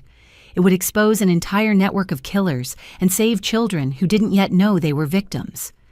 The Morrison family would be remembered as monsters, but maybe, just maybe, that infamy would prevent other families from following our path. Lucas deserved at least that much from his legacy. The story exploded across every media platform within hours. The insurance murders. An American nightmare became the headline that launched 1,000 investigations. News vans surrounded my house, reporters camped on my lawn, and my phone rang nonstop with interview requests from every major network. Sarah helped me navigate the chaos screening calls and coordinating with Jennifer Morrison to craft a single statement. We decided I would do one comprehensive interview with Patricia Williams, the 60 Minutes journalist who'd broken stories on corporate fraud and had a reputation for handling victims with respect. The interview was scheduled for 3 days before the trial. Patricia arrived with a minimal crew, understanding this wasn't entertainment, but testimony. We sat in my living room, Lucas's photos visible behind me, his drawings still on the refrigerator. "Yvonne, thank you for speaking with us," Patricia began gently. "Can you help America understand how this happened? How did your parents hide such evil for so long?" "They didn't hide it," I said, surprising myself with my steady voice. "They displayed it openly. Every family gathering, every holiday photo, every church potluck was a hunting ground. We just couldn't see it because we couldn't imagine parents who would murder their own grandchild for money." The interview lasted 4 hours. I walked Patricia through the timeline, showed her Lucas's artwork, shared the videos Tyler had saved. When she asked about Marcus, I broke down describing how my parents had comforted me after his death while counting their profit. "Your brother and sister are cooperating with authorities," Patricia noted. How do you feel about their involvement? Tyler and Madison were raised by wolves who taught them that family meant profit. The miracle isn't that they participated, it's that they eventually found their conscience. They'll face justice for their choices, but they're also victims of our parents' grooming. Some people say you should have protected Lucas. The question I'd tortured myself with every night. Maybe I should have. But how do you suspect your own parents of plotting murder? How do you look at the people who raised you and see serial killers? I failed Lucas by trusting family, but that trust is what made us human and them monsters. The interview wouldn't air until the night before trial, but segments leaked immediately. Public reaction was intense. Support groups for insurance fraud victims emerged overnight. Families who'd lost loved ones in suspicious circumstances demanded case reviews. Insurance companies faced scrutiny about how policies could be taken out without consent. The media attention brought unexpected connections. Families of other victims reached out sharing their stories. Mrs. Kowalski's niece called from Poland crying as she thanked me for revealing her aunt's murder. Mr. Chen's son had always suspected foul play, but had been dismissed as paranoid. Most heartbreaking was David Lucas's best friend, who appeared at my door with his mother. "I wanted you to know," the 10-year-old said solemnly. Lucas told me his grandparents were weird about his inhaler. He said they always wanted to check it, make sure he had it. I should have told someone. "Sweetheart, this isn't your fault," I assured him, fighting tears. "Nothing anyone did or didn't do makes this your fault." David's mother revealed that my parents had recently befriended them, bringing cookies and offering to babysit, the pattern continuing even while under investigation. She'd found it odd but thought they were being neighborly. Now she realized they'd been grooming their next victim. The story went international when the Canadian and Mexican connections emerged. Similar insurance murder rings were uncovered in Toronto and Mexico City, all sharing methodology with my parents. The FBI announced a joint task force with international law enforcement. Tyler did his own media appearance against his lawyer's advice. He sat with Anderson Cooper and confessed everything, accepting full responsibility while detailing our parents' methods. His description of family dinners where murder was discussed like stock options shocked even hardened journalists. "I'm going to prison," Tyler stated clearly. "I deserve to. I let fear turn me into a coward who watched people die. But I want other cowards watching this to know it's not too late. Come forward, save the next victim. Live with guilt rather than letting others die." Madison, still recovering, gave a written statement read by her attorney. She detailed the grooming process, how our parents normalized profiting from death until it seemed like smart financial planning. She announced all proceeds from her story would go to victims' families. The media circus intensified when Hollywood came calling. Production companies wanted to buy our story rights, promising to honor Lucas's memory while offering millions. I refused them all, but Tyler signed a deal, donating his proceeds to the Lucas Foundation I was establishing. Online, the story took darker turns. True crime podcasts dissected every detail. Reddit threads analyzed family photos for missed clues. TikTok creators made videos warning about insurance fraud signs. Lucas's photo became a symbol shared with hashtags like, "Some coverage was cruel." Tabloids published headlines like "Family of Killers" and "Raised by Monsters." They dug up school photos of Tyler and Madison as children asking, "Born evil." Conservative pundits used our story to rail against moral decay. Liberal commentators blamed capitalism and healthcare costs. But among the noise were moments of grace. Lucas's teacher organized a scholarship fund in his name. His baseball team retired his number with Coach Martinez, telling reporters, "Lucas represented everything good about childhood. We won't let his death be just about evil." The weekend before trial, 60 Minutes aired my interview. Patricia Williams had crafted a respectful but devastating portrait of American family turned killing machine. The footage of Lucas playing unaware his grandparents were plotting his death left viewers sobbing. The response was immediate. The Attorney General announced a nationwide review of insurance fraud cases. Congress scheduled hearings on insurance reform. Child protection advocates used our case to push for stronger oversight of policies involving minors. That night, remembering Lucas trended globally. People shared stories of their own children, their own losses, their own narrow escapes from family predators. The collective grief and rage was overwhelming, but also cathartic. Lucas's death had exposed a hidden epidemic. Among the thousands of messages, one stood out. A woman in Oregon wrote that my interview had given her the courage to report her own suspicions about her in-laws. Police investigation revealed they'd taken out policies on her disabled daughter. The child was safe because of our story. Lucas saved her. I told Sarah, crying over the letter. He's gone, but he saved her. More letters followed. Families who discovered policies they never authorized. Elderly people who realized friendly neighbors had ulterior motives. Insurance agents who'd noticed suspicious patterns and finally reported them. Each intervention was Lucas's legacy. The media storm showed no signs of abating as trial approached. Court TV announced gavel-to-gavel coverage. Major newspapers assigned teams of reporters. The insurance murders had become the crime story of the decade. My parents, isolated in maximum security, were reportedly furious about the coverage. Through their lawyer, they claimed media bias was preventing a fair trial. The judge denied their motion, noting that their own detailed documentation of murders made media coverage irrelevant to guilt. The night before trial, I did one final interview, this time with local news. I sat in Lucas's room, surrounded by his ocean books and drawings. Tomorrow, your parents go on trial for killing your son and dozens of others. What do you hope for? Justice, I said simply. But more than that, I hope every parent watching remembers that children are treasures, not commodities. That family means protection, not profit. That Lucas's life mattered more than any amount of money. What would you say to your parents if they were watching? I looked directly at the camera, knowing they might see this from their cells. I say nothing. They're not worth words. Lucas's memory, the victims' families, the truth, that's what matters. You killed my baby for vacation money. There's nothing left to say. The interview ended with footage of Lucas at the beach, chasing waves and laughing, his joy in stark contrast to the evil that had surrounded him.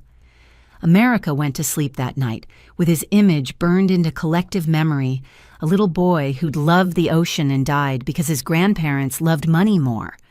Tomorrow, the trial would begin. The media would document every moment. But tonight belonged to Lucas and the dozens of others whose lives had been stolen by the people who should have protected them. Their stories, not their killers, would be what mattered in the end.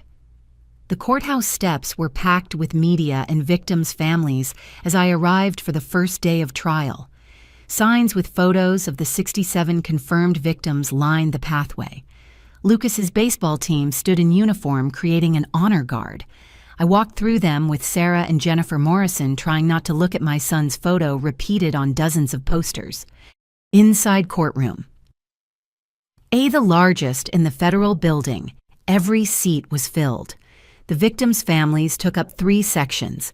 Media occupied another. The jury box held 12 citizens who would decide if my parents spent their remaining years in prison. My parents were brought in separately, no longer allowed contact. They'd aged dramatically in custody. My father's confident swagger was gone, replaced by the shuffle of a broken man. My mother had lost her perfect composure, her hair gray and thin without salon treatments. Neither looked at me. Judge Patricia Hawkins, known for her no-nonsense approach to major trials, called the court to order. The lead prosecutor, Amanda Chen, stood to deliver her opening statement. What followed was 90 minutes of devastating precision. Ladies and gentlemen of the jury, you will hear about parents who murdered their 10-year-old grandson for vacation money. But that's just where this story ends. It begins 22 years ago with a calculated decision to turn murder into profit. She laid out the case methodically. 67 victims over 2 decades, $40 million in insurance payouts, a network of accomplices, children, elderly, disabled, all reduced to balance sheets. The projected displayed Lucas's photo next to his insurance policy, his bright smile juxtaposed with the dollar amount of his death. The defense attorney Marcus Wellington tried to create doubt. He painted my parents as aggressive investors who'd been misunderstood their coincidental proximity to deaths twisted by grieving families and ambitious prosecutors. But even he seemed to struggle with the magnitude of evidence. Tyler took the stand first, wearing a suit that couldn't hide his ankle monitor. He testified for 6 hours over 2 days, detailing everything he'd witnessed, overheard, and eventually recorded. His testimony about the tampered inhaler made several jurors cry. "Did you see your father tamper with Lucas's inhaler?" Amanda Chen asked. "No, but I heard him discussing it with Mom. He said the compound would trigger severe bronchospasm that wouldn't respond to medication. He called it insurance, making sure the regular inhaler wouldn't work." "And you said nothing?" "I said nothing," Tyler confirmed, his voice breaking. "I let my nephew die because I was a coward. I'm here now because I can't let them kill anyone else." The defense tried to paint Tyler as a lying conspirator saving himself, but his recordings destroyed that narrative. The jury heard our father discussing break lines and insulin doses like grocery lists. They heard our mother coaching Madison on finding opportunities among elderly neighbors. Madison testified by video link from the hospital, still too weak to attend. Her testimony focused on the grooming aspect, how our parents had normalized profiting from death until it seemed like financial planning. "They started when I was 5, she said, teaching me to read obituaries for investment opportunities. By the time I realized other families didn't do this, I was already complicit." "But you went on a cruise while your nephew was being buried," Amanda Chen pressed. "I did," Madison admitted. "I chose comfort over compassion. I let my parents convince me that my pregnancy mattered more than my sister's grief. I'll live with that shame forever." The most damaging testimony came from Agent Martinez, who presented the evidence in excruciating detail: forged signatures, tampered medications, cut brake lines, staged accidents. The jury saw photos of every victim, heard about their lives, their families, their trust in my parents. When she showed the Yvonne problem file detailing plans for my murder, my mother finally reacted. "She was never supposed to see that," she blurted out before her attorney could silence her. "Because she was supposed to be dead?" Amanda Chen asked calmly. "My mother invoked her Fifth Amendment right, but the damage was done. She'd essentially admitted to planning my murder in open court. I testified on day 7.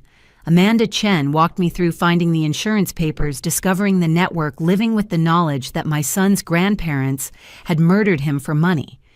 They held him as a baby," I said, looking directly at my parents for the first time. "They celebrated his birthdays. They tucked him in at sleepovers, and the entire time they were waiting for him to die so they could go on vacation." "Objection," the defense attorney called. "Prejudicial." "It's fact," Judge Hawkins replied. "Continue, Ms. Morrison." I detailed Lucas's final days, his excitement about the sleepover, his careful packing of his tampered inhaler. I described identifying his body while my family booked cruise excursions. Several jurors were openly weeping by the time I finished. The defense's cross-examination was brutal but backfired. Every attempt to paint me as vindictive or mentally unstable only highlighted the monstrosity of what I'd endured. When Wellington suggested I was profiting from media attention, I lost my composure. "Profiting? My son is dead. My husband is dead. Everyone I loved was murdered by the people sitting at that table. You want to talk about profit? Ask them about the $40 million they made from killing family members." Judge Hawkins called a recess, but the point was made. The jury had seen my raw grief contrasted with my parents' greed. The parade of victims' families took another week. Each testimony built the pattern.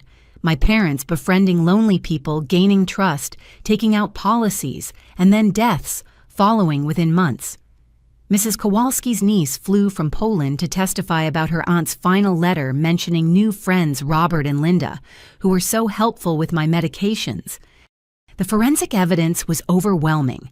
Digital trails showed policy applications filed from my parents' IP address. Financial records revealed deposits matching death benefits within days of each victim's passing. The murder weapons varied, but the profit motive never changed. My father took the stand against his attorney's advice.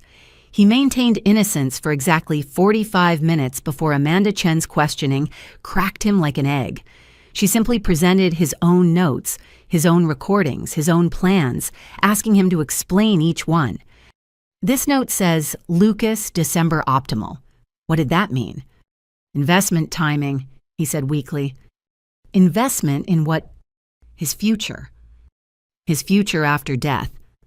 My father's silence was damning. When Amanda showed the email about cruise bookings while Lucas was dying, he finally broke. It was already too late for the boy. We couldn't waste the opportunity. The courtroom erupted. Judge Hawkins threatened to clear the gallery. My father tried to backtrack, but the damage was done. He'd admitted to seeing Lucas's death as an opportunity.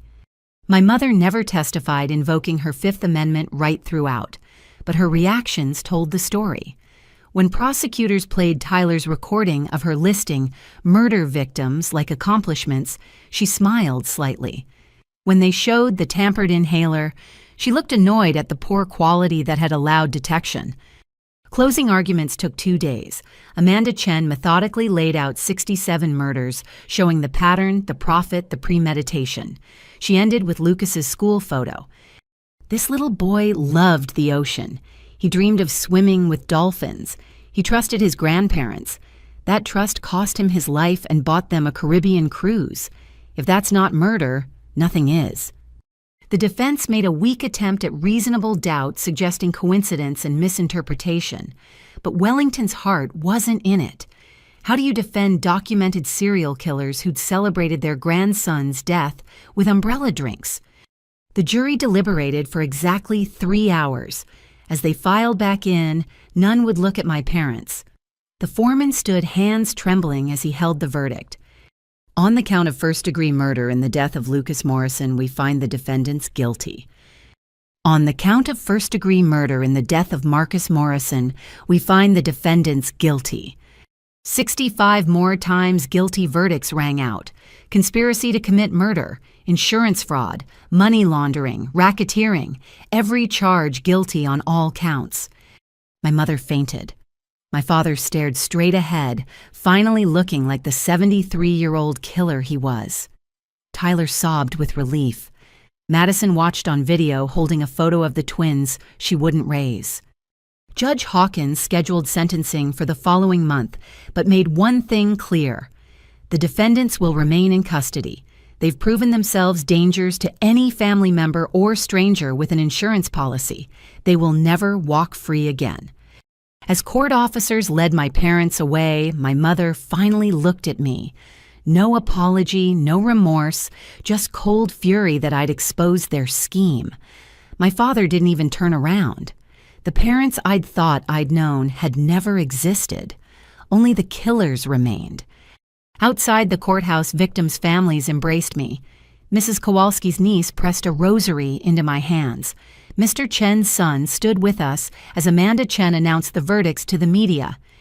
Justice was served today, but it can't bring back 67 innocent people. It can't give Yvonne Morrison her son and husband back. It can only ensure their killers never harm another family. That night, I sat in Lucas's room with Sarah Tyler and even Madison on video.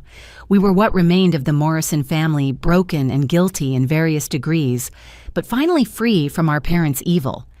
"What now?" Tyler asked. "Now we make sure Lucas's death means something," I said. "The foundation, the legislation, the awareness.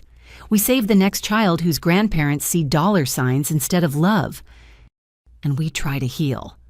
Madison added quietly, her twins sleeping in her arms under Jordan's supervision. Healing seemed impossible, but as I looked at Lucas's drawings of whales and dolphins, I remembered his belief that every creature deserved love and protection. He'd been right. We just learned it too late. The trial was over. The verdicts were in. But the work of honoring the victims and preventing future murders had just begun. Lucas couldn't swim with dolphins, but maybe his legacy could save other children who still might. Sentencing day arrived with the first snow of winter. I stood at Lucas's grave that morning, brushing white flakes from his headstone. "Today, baby," I whispered. "Today they pay for what they did to you." The courthouse was even more packed than during trial.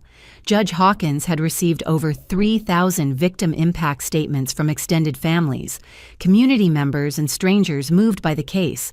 She'd allocated 3 days for sentencing to honor every voice.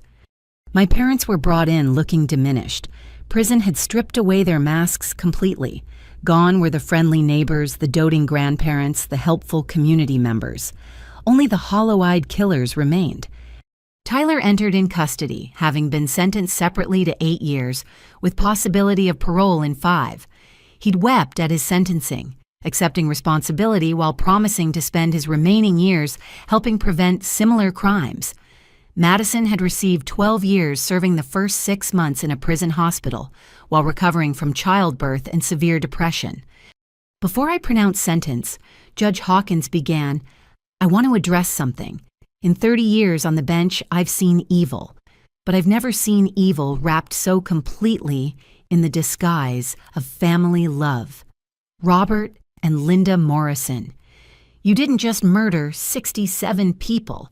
You perverted the sacred trust between parent and child, grandparent, and grandchild." She allowed victim impact statements first.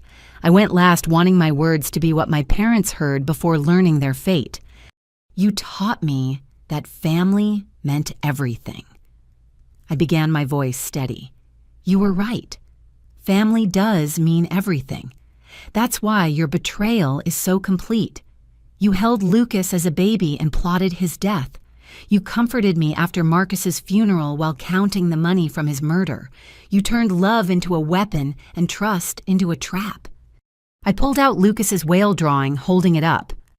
"My son drew this the week before you killed him. He was going to be a marine biologist. He was going to save the oceans. Instead, you decided his life was worth less than a cruise ship ticket." My mother tried to look away, but I continued. "I'm not here to forgive you. Some things are unforgivable. I'm here to tell you that despite your evil love won. Lucas died loving you, believing in family, trusting in goodness. You killed his body, but not his spirit.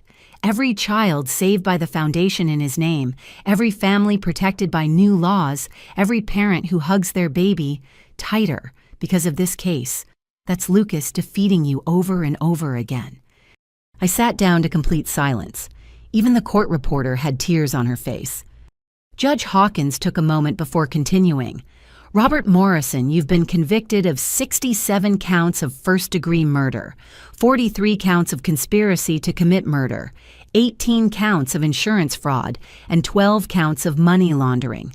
For the murders alone, I sentence you to 67 consecutive life sentences without possibility of parole." The math was staggering. Even if he lived to be 200, my father would die in prison. "Linda Morrison, you've been convicted of the same crimes. I sentence you to 67 consecutive life sentences without possibility of parole. You will both die in federal maximum security prison, never again able to harm another family." My mother finally broke sobbing, not with remorse, but with self-pity. "This isn't fair. We're old. Prison will kill us." "Prison won't kill you," Judge Hawkins replied coldly. "Old age will. Unlike your victims, you'll die naturally, surrounded by medical care after years to reflect on your crimes. That's more mercy than you showed Lucas Morrison or any of your other victims." She continued with financial penalties. Every asset would be liquidated for victim compensation. The house I'd grown up in, the cars, the retirement accounts built on blood money, all would be distributed to families they'd destroyed. Furthermore, Judge Hawkins added, "I'm recommending you serve your sentences in separate facilities at opposite ends of the country. You conspired together in life. You'll face justice alone." My parents reached for each other as court officers moved to separate them. For the first time in my life, I saw fear in their eyes. They'd face their remaining years alone, surrounded by concrete and regret. As they were led away, my father finally spoke to me. "Yvonne, please, we're still your parents." "No," I said firmly. "My parents died the day I buried my son alone. You're just the murderers who killed them." My mother's last words were more revealing. "You've destroyed our legacy." "Your legacy was murder. I'm building Lucas's legacy of love and justice. Goodbye, Linda. Goodbye, Robert. May you live long, lonely lives remembering what you threw away for money." They disappeared through separate doors, beginning journeys to prisons thousands of miles apart. The Morrison family murders were over. Justice, as much as possible, had been served. Outside the courthouse, the scene was overwhelming. Victims' families held photos of their loved ones. Lucas's baseball team had raised their gloves in salute. The media captured it all, broadcasting justice delayed but not denied. Amanda Chen spoke to the crowd. "Today's sentences ensure Robert and Linda Morrison will never harm another family. But our work isn't done. Insurance fraud murders happen every day. Lucas's law currently in Congress would require stricter oversight of policies involving minors and elderly. We urge you to contact your representatives." Tyler, in custody but allowed to attend, approached me with his guard's permission. "I know I have no right to ask, but will you tell me about the foundation? How I can help from prison?" I studied my brother, seeing the 10-year-old who'd taught Lucas to throw a baseball. "You want to help, really help? Then speak at every prison, every police academy, every insurance conference that will have you. Tell them how cowardice enables evil. Save the next family by teaching others to speak up." He nodded, tears falling. "Every day, I promise." Madison appeared on the courtroom's video screen from her prison hospital. "Yvonne, the twins. When they're old enough, will you tell them their mother loved them enough to tell the truth, that I chose prison over perpetuating the cycle?" "I'll tell them," I promised. "Jordan's a good father. They'll grow up knowing right from wrong, love from greed. They'll know their cousin Lucas through the foundation saving other children." That evening, I hosted a gathering for the victims' families at a local community center. We shared stories not of how our loved ones died, but how they'd lived. Mrs. Kowalski loved polka dancing. Mr. Chen grew the best tomatoes in 3 counties. Each person murdered by my parents had been vibrant, valuable, irreplaceable. My parents saw dollar signs, I told the group. "We see faces, heart, souls. That's our victory. They reduced our loved ones to numbers, but we restore their humanity by remembering them fully." We established a support network that night families bonded by the unique horror of insurance murder. Together, we'd push for legislation support each other through grief and ensure no family experienced what we had. Sarah drove me home past the cemetery. I asked her to stop needing to tell Lucas about the sentences. At his grave, I found flowers from strangers' tokens, from his baseball team drawings, from classmates. Even in death, he was more loved than his grandparents ever were in life. "They're going to die in prison, baby," I told the headstone. "Grandma and Grandpa will never hurt another child, and Uncle Tyler and Aunt Madison are sorry, really sorry. They're trying to make it right." The wind picked up swirling snow around the cemetery. For a moment, I could almost hear Lucas's laugh, see him trying to catch snowflakes on his tongue. My parents had stolen his future, but they couldn't steal my memories or his impact on the world. That night, the news covered the sentencing extensively. Legal experts called it the harshest sentence ever given for insurance fraud murders. Victim advocates praised it as a deterrent. My parents' photos appeared next to the label, "American Serial Killers, Their Legacy Sealed." But the coverage I cared about focused on the victims. 67 faces, 67 stories, 67 reasons to reform insurance law and protect the vulnerable. Lucas's photo appeared most often, the little boy whose death exposed a massive murder network. I fell asleep in his room, surrounded by his things. Tomorrow would bring the work of building his foundation, pushing for legislation, healing what could be healed. But tonight was for quiet victory. The murderers who'd hidden behind parental love were gone forever. The families they'd destroyed had justice. Lucas and Marcus were still gone. Nothing could bring them back. But their killers would die in cages alone and forgotten, except as cautionary tales. Sometimes justice isn't about healing. Sometimes it's just about ensuring evil can't spread. My parents had gained $40 million and lost their souls, their freedom, their family. They'd spend their remaining years calculating that exchange, realizing they'd made the worst deal in history. They'd traded love for money and ended up with neither. That was Lucas's final victory over the grandparents who'd seen him as an investment. He died rich in love while they'd lived poor in everything that mattered. Justice had been served cold and complete as the winter snow covering his grave. 1 year later, I stood before a crowd of 500 at the grand opening of the Lucas Morrison Foundation headquarters. The building, purchased with funds from my parents' liquidated assets, buzzed with purpose. Banners reading "Every breath matters" hung beside Lucas's smiling photo. My son loved the ocean. I began my speech steady after months of practice. He dreamed of protecting sea life. Today, we protect children's lives in his memory. Because of Lucas, no child in our state will go without an inhaler. No family will choose between medication and rent. The foundation had grown beyond my wildest hopes. Corporate sponsors touched by Lucas's story donated millions.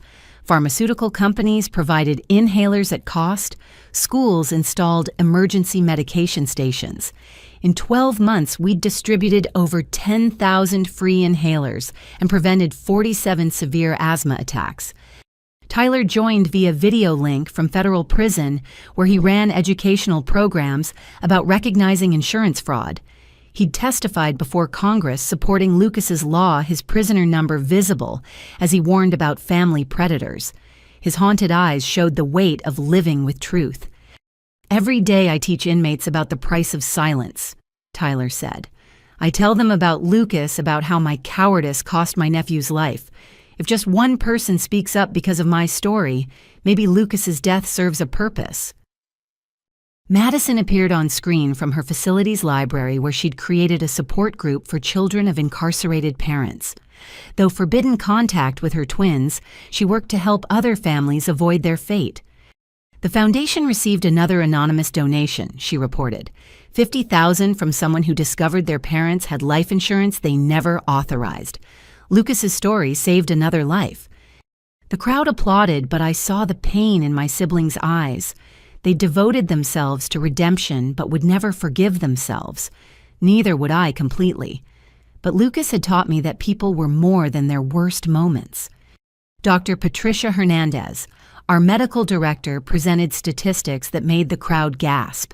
Since the foundation's launch, emergency room visits for severe asthma had dropped 30% in our coverage area.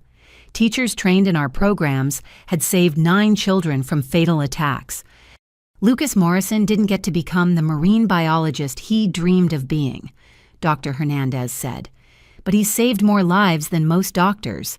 His legacy breathes in every child who receives free medication. The highlight came when David Lucas's best friend took the stage.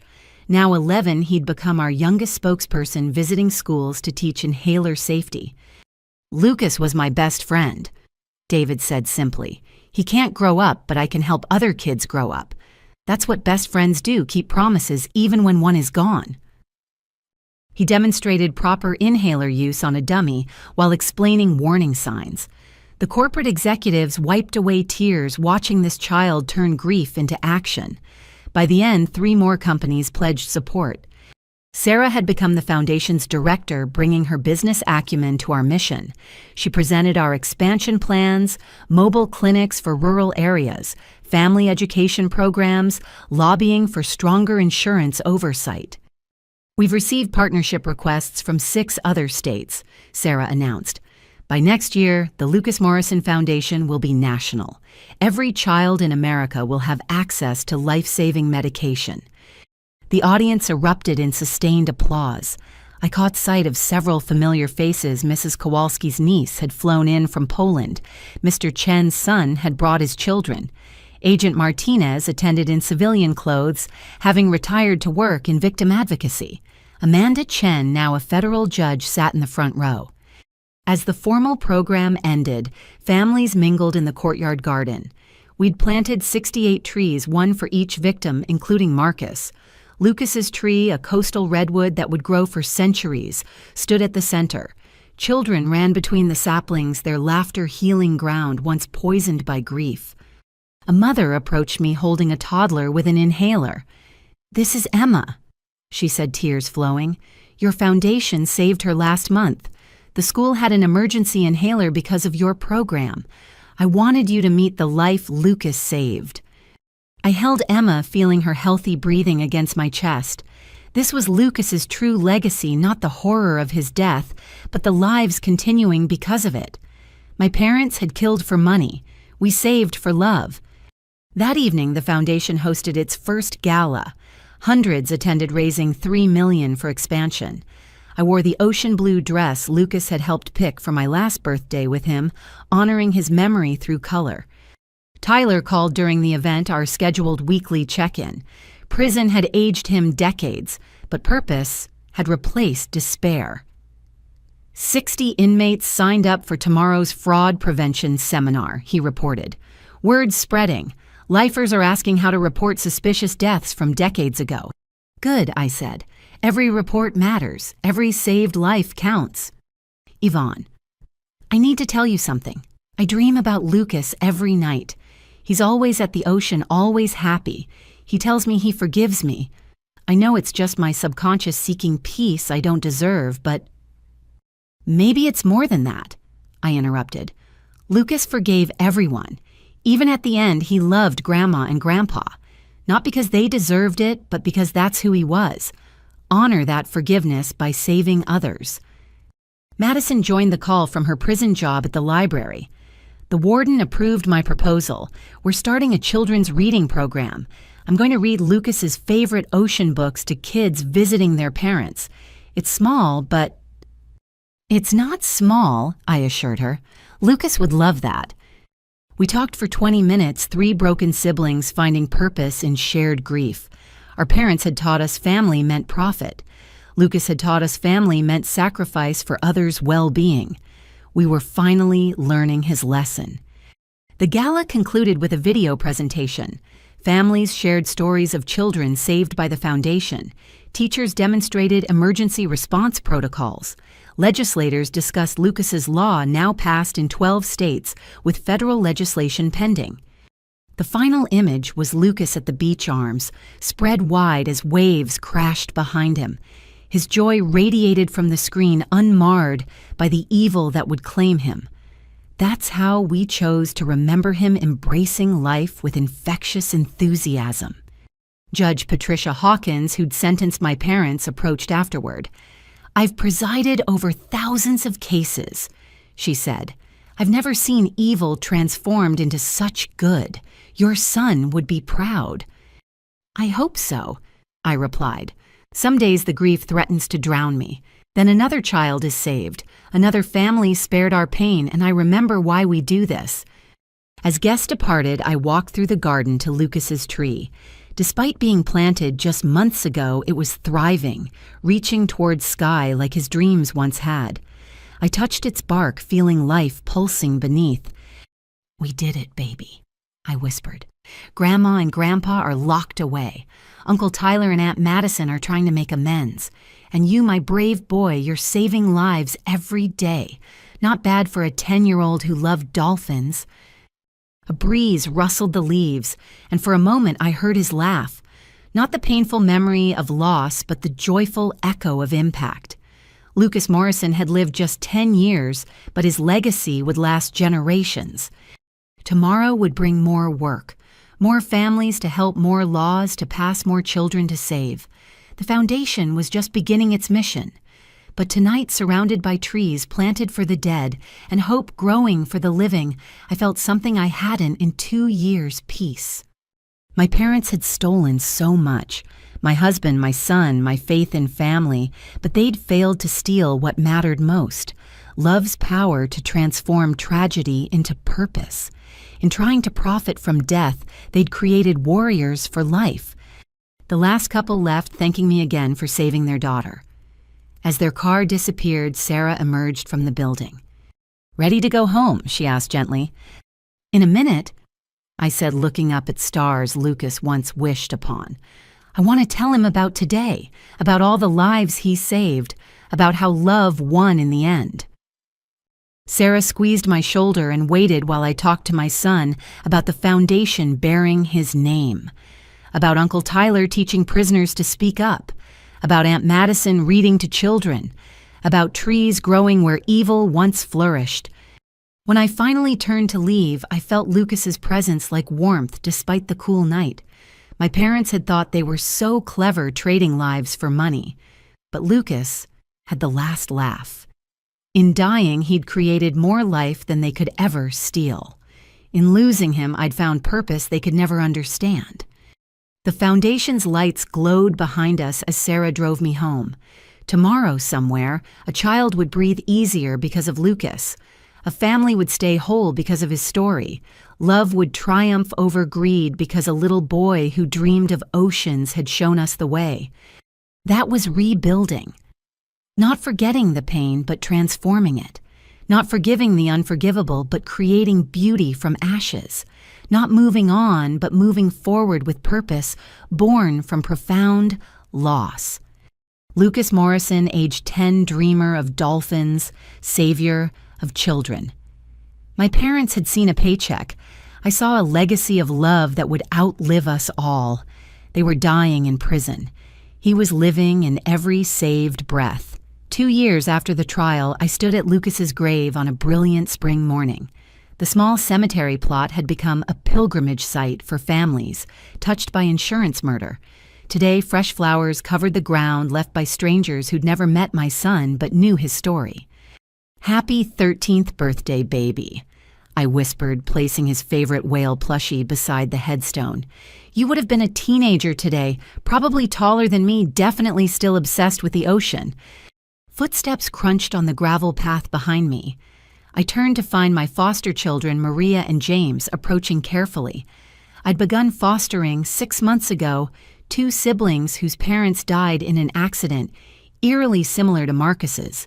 Their grandmother was currently under investigation for insurance fraud. "Can we leave these for Lucas?" Maria, 8, held out a drawing of dolphins she'd made. James, 6, clutched a small toy submarine.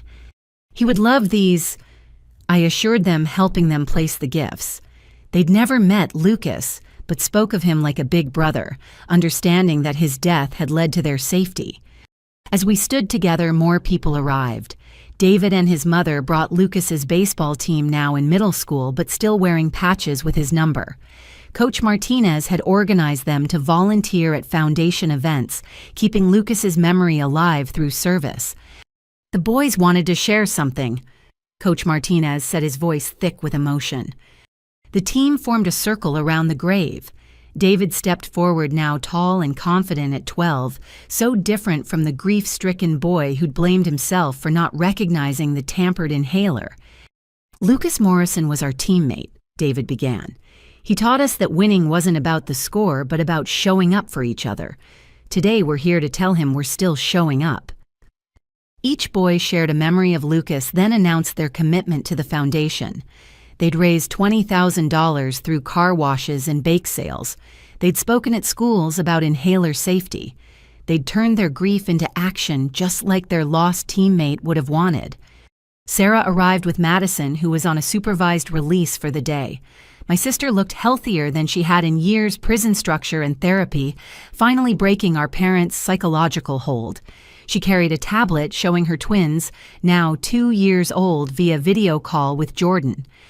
"Boys wave to cousin Lucas," Madison instructed gently. The toddlers waved at the headstone, babbling, hi to the cousin they'd never meet, but would always know through stories and the foundation's work. "They're healthy." Madison told me, tears flowing. Marcus just started talking. His first word was help. And Jordan says it's because he's going to help people like his cousin Lucas did.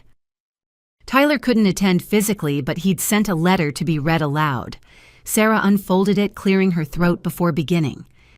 "Dear Lucas, today you would have been 13. I would have taught you to drive badly and snuck you into PG-13 movies. Instead, I'm teaching prisoners to recognize fraud and speaking at conferences about the cost of silence. It's not the relationship I wanted with my nephew, but it's the one my cowardice created.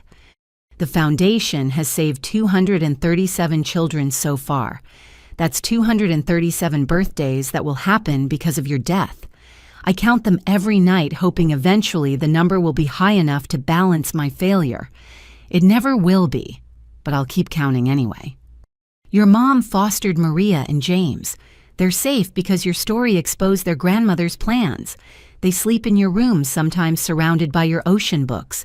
Life continues in the spaces death tried to claim. Happy birthday, nephew. Thank you for teaching me that courage isn't the absence of fear, but action despite it. I was too late learning that lesson, but others won't be. Love, Uncle Tyler.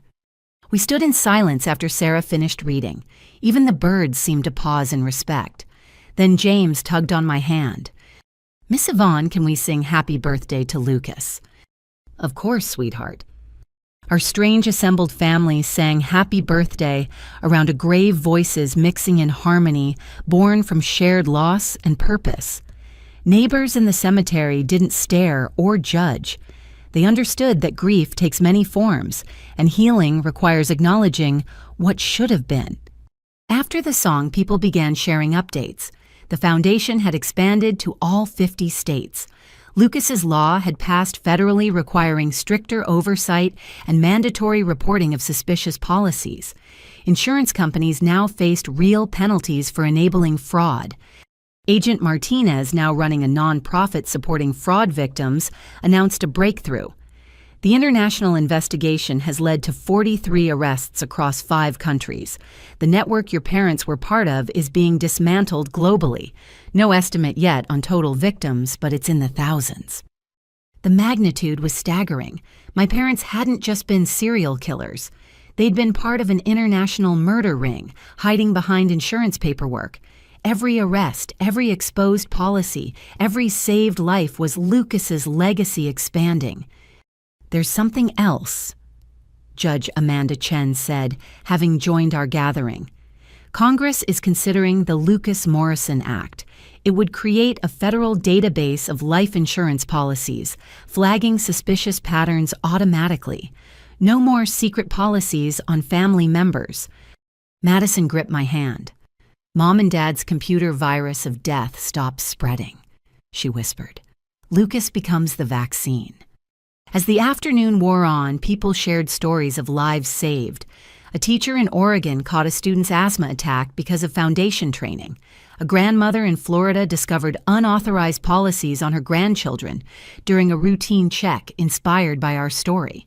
A family in Texas survived because a mechanic recognized signs of tampering from Tyler's prison seminars. Each story was a victory over my parents' evil. They'd killed for profit, but Lucas's death had created an army of protectors. They'd seen family as opportunities, but we'd built a global family united against exploitation. As the gathering wound down, I noticed a woman standing apart holding a young boy's hand. Something about her hesitant posture caught my attention. I approached carefully, Maria and James flanking me protectively. I'm Yvonne, I said gently. Are you here for Lucas? The woman's eyes filled with tears. I'm Patricia Williams, not the journalist, just a mom from Kansas. This is my son, Eddie. He's alive because of your boy. She explained how Eddie's grandfather had taken out a large policy without their knowledge. After seeing our story on the news, she'd investigated and discovered plans for an accident during an upcoming camping trip. The grandfather was now in prison. Eddie was safe. I know you must hear this all the time, Patricia continued. But Lucas saved my baby. I needed Eddie to see where his guardian angel rests, to say thank you. Eddie, about 8, stepped forward shyly. Thank you, Lucas, he said to the headstone. I'm going to be a marine biologist like you wanted. I'll save the dolphins for both of us. I knelt beside this living child, seeing Lucas in his earnest eyes. He would love that. Lucas believed everyone could help save the ocean. You're proof he was right. As Patricia and Eddie left promising to support the foundation, I realized this was our new normal. Lucas's grave had become a place of pilgrimage and promise, where saved children pledged to live the dreams he couldn't. The sun began setting, painting the sky in oranges and purples Lucas would have loved. Maria and James helped me gather the day's offerings, drawings, flowers, letters, and toys from grateful families. We'd donate them to children's hospitals, spreading the love Lucas attracted even in death. Was Lucas really brave? James asked as we packed up. The bravest, I confirmed. He trusted people even when they didn't deserve it. He loved without calculation. He believed in goodness despite being surrounded by evil. That's the ultimate bravery. Will we be brave like him? Maria wondered. You already are, I assured her. You survived something terrible and still chose to love. Lucas would be so proud of you both. As we prepared to leave, I took one last moment at the grave. 2 years ago, I'd buried my son alone, while my family celebrated his death on a cruise ship. Today, hundreds considered themselves Lucas's family, united not by blood, but by purpose. We did it, baby, I whispered. Grandma and Grandpa thought they won, but look around. You're saving lives every day. You're changing laws. You're teaching people to protect instead of profit. Not bad for a 10-year-old who just wanted to swim with dolphins. A warm breeze rustled through the cemetery, carrying the salt scent of distant oceans. Somewhere, Lucas was swimming with those dolphins, free from the evil that had stolen his earthly future. But his true spirit lived on in every saved child, every changed law, every family spared our agony. My parents had gained $40 million and lost everything that mattered. They'd die alone in concrete cells, their names synonymous with evil. Lucas had lost his life and gained immortality through love. His name meant protection, hope, and the triumph of good over greed. As we drove home, Maria and James chattering about their plans to help at the foundation's upcoming event, I smiled through tears. This was Lucas's true legacy, not the horror of his death, but the love that refused to die with him, not the family that failed him, but the global family rising to protect others. The lesson was simple but profound. Evil may prosper temporarily, but love endures eternally. My parents had taught me that family meant opportunity for profit. Lucas had taught me that family meant opportunity for sacrifice. In choosing his definition over theirs, I'd found meaning in the meaningless purpose, in pain and beauty, in the ashes of betrayal. Tomorrow would mark 1,000 days since Lucas's death. 1,000 days of missing him, fighting for justice and building his legacy, but also 1,000 days of lives saved, families protected, and love triumphing over greed. That was the lesson Lucas left us. Not that evil doesn't exist, it does sometimes, wearing the face of those who should love us most, but that good can grow from evil's destruction, that love is stronger than greed, and that one small boy who dreamed of oceans could save more lives in death than his killers could ever take. The Lucas Morrison Foundation's motto came from something he'd said during his last birthday. Even the biggest waves start with a single drop. He'd been talking about ocean formation, but it became our rallying cry. One boy's death, creating waves of change, drops of hope spreading across the world. My parents had seen Lucas as a single transaction worth $50,000. They'd valued his life at the cost of a cruise. But Lucas's true worth was immeasurable, calculated not in dollars, but in lives saved, families protected, and evil exposed. He was priceless, and his legacy would outlive us all. As we pulled into our driveway, Maria pointed to the foundation billboard visible from our street. Lucas's smiling face looked down at us, accompanied by the words, "Every child deserves to breathe." Below, smaller text announced that 237 children had been saved so far this year. 238, I corrected softly, thinking of Eddie from Kansas. And counting. Inside the house that had once echoed with emptiness, now rang with children's laughter. Maria and James raced to Lucas's room, now theirs, to add today's drawings to their collection. They kept his ocean books on special shelves, reading them when they missed the big brother they'd never met. That night, as I tucked them in, surrounded by Lucas's whale posters and dolphin books, James asked the question I'd been dreading. "Miss Yvonne, will someone try to hurt us for insurance money again?" I sat on his bed, choosing my words carefully. Not on my watch. See, Lucas made sure of that. His story taught people to watch for bad signs. The foundation trains teachers and doctors to protect kids. Laws make it harder for bad people to take out policies. You're protected by an army of people who learned from what happened to Lucas. "So Lucas is still protecting us?" Maria asked hopefully. "Every single day," I confirmed. "Through every person who learned his story, every law passed in his name, every adult who now knows to watch for danger. Lucas can't be here, but his love created shields around children everywhere." They settled into sleep, comforted by the thought of their invisible protector. I stayed for a moment, watching them breathe easily in beds Lucas would never outgrow. This was victory. Not the family I'd planned, but the family love had built from tragedy. Before bed, I checked my emails. Hundreds of birthday messages for Lucas had arrived from around the world. Families sharing photos of children alive because of the foundation. Legislators confirming support for new protections. Insurance executives announcing stricter policies. Each message a birthday gift for a boy who would never blow out 13 candles. The last email was from Tyler, sent from the prison library. He'd attached a photo of his latest speaking engagement, addressing a conference of insurance professionals.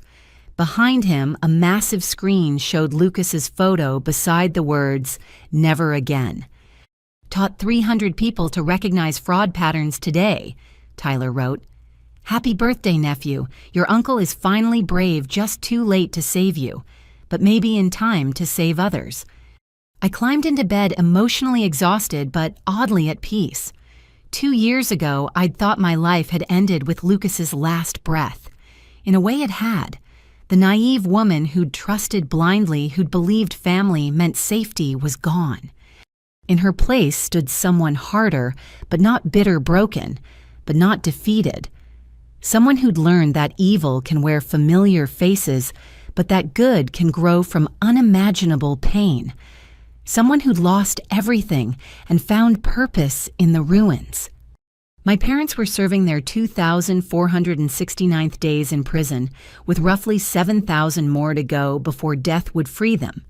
Madison was serving her 730th day, with 3,650 until possible parole. Tyler had served 600 days of his 8-year sentence. But I wasn't counting their days anymore. I was counting lives saved. 238 so far this year, thousands more protected by new laws and awareness, countless others who'd never know they were safe because Lucas's death had exposed the danger. That was the final lesson, the one I'd share tomorrow at the Foundation's birthday memorial for Lucas. Evil is real and sometimes wears the mask of love. But good is stronger, spreading like ripples from a single stone thrown into still water. My parents had thrown Lucas into death's ocean for profit, but he'd created waves of protection that would roll on forever. "Happy birthday, my sweet boy," I whispered into the darkness. "Thank you for teaching us that love isn't measured in years lived, but in lives touched. Sleep with your dolphins. We'll keep watch up here." Outside, a foghorn sounded from the distant harbor, reminding me of the ocean Lucas had loved. Somewhere dolphins swam free in waters my son had dreamed of protecting. Somewhere children breathed easily through inhalers the Foundation had provided. Somewhere families went to sleep unaware of the dangers Lucas's story had prevented. And in a small house filled with whale posters and ocean dreams, 2 foster children slept safely, while their guardian kept watch, protecting them with the fierce love she'd learned too late to save her own son. This was Lucas's legacy. Love multiplied through loss. Protection born from pain and hope rising from the ashes of betrayal. The Morrisons had been a family of killers, but Lucas Morrison had redeemed our name, transforming it from a warning into a promise every child deserves to breathe, to dream, to trust. That family means love, not profit. That was the lesson written in tears and triumph, carved into law and hearts alike. Evil may prosper for a season, but love writes the final chapter. My parents authored death for profit. Lucas authored life through sacrifice. Guess whose story the world chose to continue? Rest easy, my ocean dreamer. Your watch has ended. Ours has just begun. Thank you for joining me today. If you've faced family betrayal or lost someone to greed, know that you're not alone. Share your story in the comments below, and let's build a community of survivors who choose love over profit. Please like this video to help spread awareness about insurance fraud, subscribe to hear more stories of triumph over tragedy, and share this with anyone who needs to know that evil doesn't win in the end.